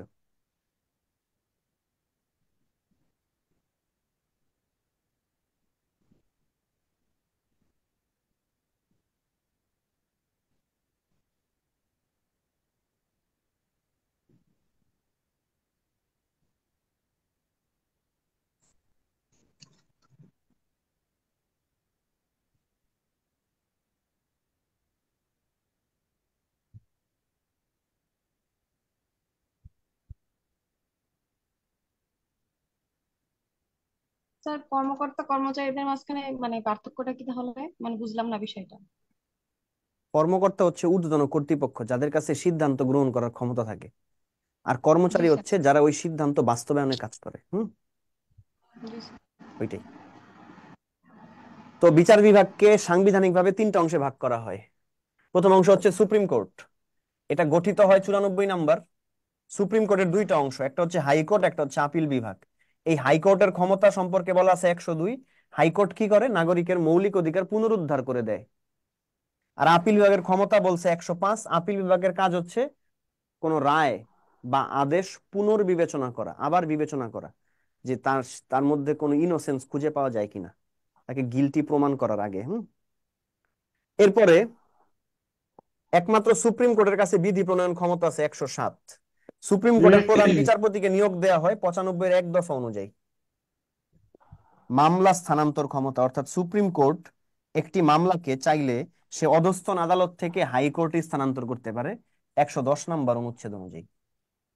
স্যার, বিধি প্রণয়ন ক্ষমতা বলতে কি বোঝানো হয়েছে স্যার? নতুন দণ্ডবিধি, নতুন ও, কোন দণ্ডবিধি, মনে করেন যে কোন একটা সমস্যা তৈরি হয়েছে, যে সমস্যাটা পূর্বে আমাদের যে দণ্ডবিধিটা আছে ব্রিটিশ দণ্ডবিধি 1860, ওই দণ্ডবিধিতে নাই। ঠিক আছে? তো নতুন সমস্যায় নতুন সমাধান, তাই না? তো নতুন কোন জি দণ্ডবিধি একমাত্র সুপ্রিম কোর্টই প্রণয়ন করে দিতে পারবে, আর কেউ পারবে না। জি বুঝতে জি পারছেন? স্যার। আচ্ছা, জি স্যার। অধস্তন স্যার, আদালত অ্যাকচুয়ালি কয় এই নম্বর এই অনুচ্ছেদ? দণ্ড স্যার, অ্যাকচুয়ালি এই 114। দণ্ডবিধিটা কি বিচার বিভাগ তৈরি করে? না আইন বিভাগ তৈরি করে? দণ্ডবিধিটা দণ্ডবিধিটা জি হচ্ছে স্যার। তো আইন বিভাগ আইন তৈরি করে, আর দণ্ডবিধি হচ্ছে বিচার বিভাগের কাজ। কারণ বিচার বিভাগ দণ্ড, সাজা, শাস্তি এগুলোর সাথে রিলেটেড। বুঝতে পারছেন? তার এই যে তখন যে এই যে মাঝে যে অনেক বেশি ধর্ষণ বাইরে গেছিল, তখন যে ওই যে ধর্ষণের জন্য সবাই মৃত্যুদণ্ড চায়া আইন করার জন্য এই করছিল, হ্যাঁ, আইন করার তখন পরে হইতেও তো ওই তখন আইন দণ্ড অনুযায়ী, স্যার। আইনের তো আসলে একটা আইনের অনেকগুলি ক্ষেত্র থাকে না, ওই আইনটা হচ্ছে আইন বিভাগের কাজ, ওই আইনটা তৈরি করা পর্যন্ত। এরপরে ওই আইন অনুযায়ী কাকে কোন ধরনের দাঁড়ান। অপরাধে কি ধরনের শাস্তি দিবে, ঠিক আছে, ওইটার কাজ হচ্ছে বিচার বিভাগের, শাস্তি বন্টন করার কাজ হচ্ছে বিচার বিভাগের, আর আইন তৈরি করা হচ্ছে আইন বিভাগের কাজ। বুঝতে পারছেন? দুইটা এই জন্য স্বতন্ত্র বা আলাদা। তো অধস্তন আদালত দুইটা, জেলা জজের আদালত আর দায়রা জজের আদালত। জেলা জজের আদালত শুধুমাত্র দেওয়ানি মামলা নিষ্পত্তি করে। দেওয়ানি মামলা কোনগুলি? অর্থ, ঋণ, সম্পত্তি, জমি জমা ইত্যাদি। দায়রা জজ আদালত ফৌজদারি মামলা নিষ্পত্তি করে, সংঘর্ষ, মারামারি, যৌতুক, খাদ্যে ভেজাল, মাদকাসক্তি আর নৈতিকতার অবক্ষয়জনিত যত মামলা আছে এগুলো নিষ্পত্তি করে। প্রশাসনিক ট্রাইব্যুনাল 117 নম্বর অনুচ্ছেদ, একটা বিশেষ আদালত। সরকারি কর্মকর্তাদের বা কর্মচারীদের বেতন ভাতা সংক্রান্ত সমস্যা নিষ্পত্তি করা হয় এই ট্রাইব্যুনালে। বাংলাদেশে এমন ট্রাইব্যুনাল আছে মাত্র 7টা। ঢাকায় আছে 3টা, চট্টগ্রামে একটা, খুলনায় একটা, বরিশালে একটা, বগুড়ায় একটা, এইভাবে 7টা ট্রাইব্যুনাল বর্তমানে বাংলাদেশে আছে। পরের টপিকে যাচ্ছি, লাস্ট টপিক, আইনসভা। খুব ছোট একটা টপিক, ওই টপিক দিয়ে আজকে ক্লাসটা শেষ করবো আশা করি।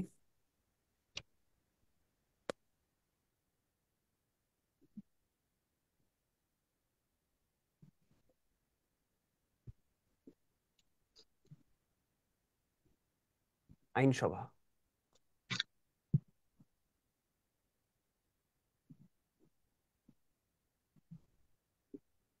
অবস্থান,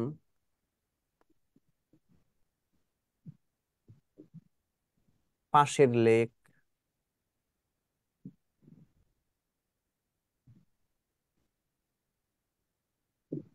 পাশের উদ্যান,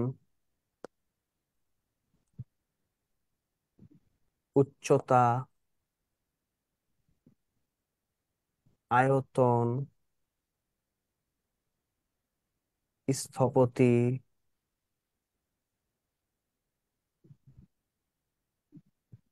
সহকারী স্থপতি,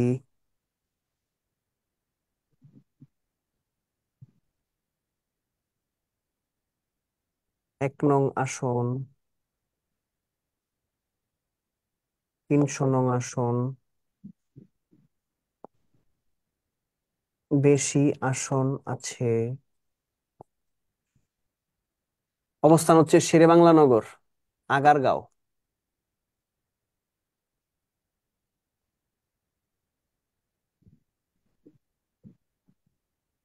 পাশের লেকটা হচ্ছে ক্রিসেন্ট লেক।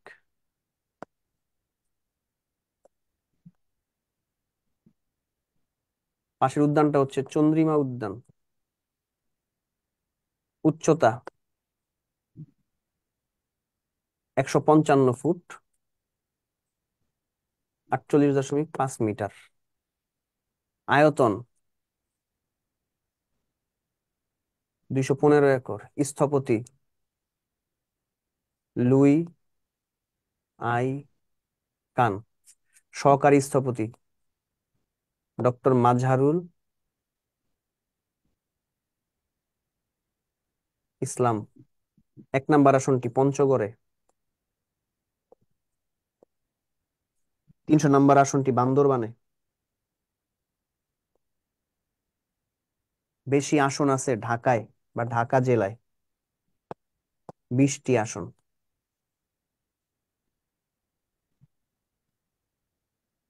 বেশি ভোটার,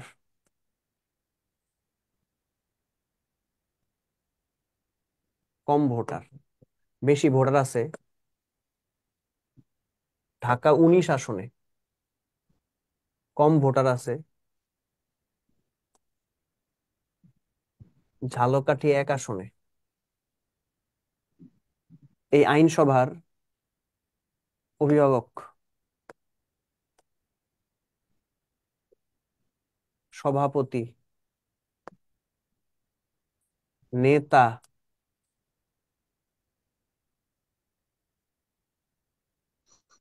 শৃঙ্খলা রক্ষাকারী। অভিভাবক হচ্ছেন রাষ্ট্রপতি, সভাপতি হচ্ছেন স্পিকার, নেতা হচ্ছেন প্রধানমন্ত্রী, আর রক্ষাকারী হচ্ছেন হুইপ।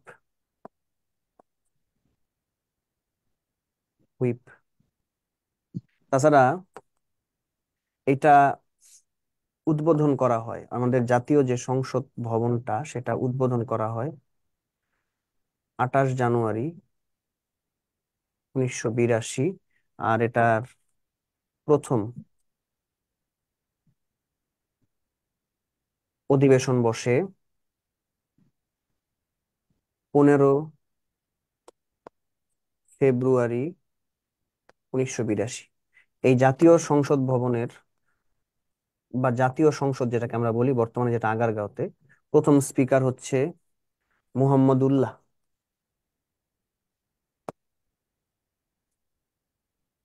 আর প্রথম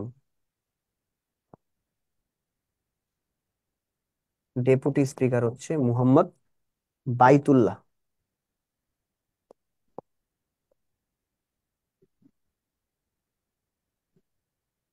আর এই পর্যন্ত 3জন বিদেশি রাষ্ট্রপ্রধান আমাদের সংসদে ভাষণ দিয়েছেন। এই পর্যন্ত 3জন বিদেশি রাষ্ট্রপ্রধান আমাদের সংসদে ভাষণ দিয়েছেন। প্রথমে হচ্ছেন জোসেফ মার্শাল টিটো, যুগোস্লাভিয়ার রাষ্ট্রপতি ছিলেন তিনি। দ্বিতীয়তে হচ্ছেন ভিবি গিরি, তিনি ভারতের রাষ্ট্রপতি ছিলেন। এবং তৃতীয়তে হচ্ছে প্রণব মুখার্জি, তিনিও ভারতের রাষ্ট্রপতি ছিলেন। হুম। তাহলে আইনসভা এটা ঢাকার আগারগাঁওতে অবস্থিত। এটার পাশে যে লেকটা আছে, লেকটার নাম হচ্ছে ক্রিসেন্ট লেক। এটার পাশে যে উদ্যানটা আছে নাম হচ্ছে চন্দ্রিমা উদ্যান। এর উচ্চতা 155 ফুট কিছু ইঞ্চি আছে, যেটা আনুমানিক মিটার হিসাব করলে F48.5। 5-এর চেয়ে একটু বেশি হয়, তবে 5 হচ্ছে একটা রাউন্ড ফিগার থাকা, এটা দেয়া হয়েছে। এর আয়তন হচ্ছে 215 একর। এর স্থপতি Louis I Kahn. Louis I Kahn একজন এস্তোনিয়ান বংশোদ্ভূত মার্কিন নাগরিক। তার বংশ হচ্ছে এস্তোনিয়াতে। সেজন্য তিনি এস্তোনিয়ান বংশোদ্ভূত। আর সহকারী স্থপতি বাংলাদেশের ডক্টর মাজহারুল ইসলাম। প্রথম যে আসনটি জাতীয় সংসদের 300টা আসনের মধ্যে, সেটা হচ্ছে পঞ্চগড়ে। আর 300 নং আসনটি হচ্ছে আমাদের বান্দরবানে। বেশি আসন আছে ঢাকা জেলায় 20টি। সবচেয়ে বেশি ভোটার আছে ঢাকা 19 আসনে, কম ভোটার আছে ঝালকাঠি 1 আসনে। জাতীয় সংসদের বা আইনসভার অভিভাবক হচ্ছেন রাষ্ট্রপতি, সভাপতি হচ্ছেন স্পিকার, নেতা হচ্ছেন প্রধানমন্ত্রী, শৃঙ্খলা রক্ষা করেন হচ্ছেন হুইপ। এটা উদ্বোধন করা হয়েছে 28 জানুয়ারি 1982 সালে। প্রথম অধিবেশন বসে 15 ফেব্রুয়ারি 1982 সালে। প্রথম স্পিকার ছিলেন মুহাম্মদুল্লাহ, প্রথম ডেপুটি স্পিকার ছিলেন মুহাম্মদ বায়তুল্লাহ। এটা তৎকালীন সময়ে উদ্বোধন করেছিলেন তৎকালীন রাষ্ট্রপতি আব্দুস সাত্তার, বিচারপতি ছিলেন। আব্দুস সাত্তার এটা উদ্বোধন করেছিলেন। সবাই লিখছেন তো না? জি স্যার। জি স্যার। এখন বলেন আজকে ক্লাসে যা যা পড়ছেন পারবেন কিনা? জি স্যার, শিখলে ইনশাল্লাহ। শিখে ফেলবেন, অনেক তথ্য আছে কিন্তু। অনেক মনে তথ্য করতে আছে, হয়, থাকে পড়তে না তো হবে। আপনি গেলে অনেক সময়ের দরকার। সময় তো ইনভেস্ট করতে হবে। আপনি বাংলাদেশের শ্রেষ্ঠ চাকরিটা পাইতে চান, আপনি সময় ইনভেস্ট করবেন না বলেন? ওকে, তাহলে আজকের ক্লাসটা এখানেই শেষ করি। হ্যাঁ, জি ভালো স্যার। থাকবেন সবাই। আল্লাহ জি হাফেজ। স্যার। আসসালামু আলাইকুম। আসসালামু আলাইকুম স্যার। আসসালামু আলাইকুম স্যার। আসসালামু আলাইকুম।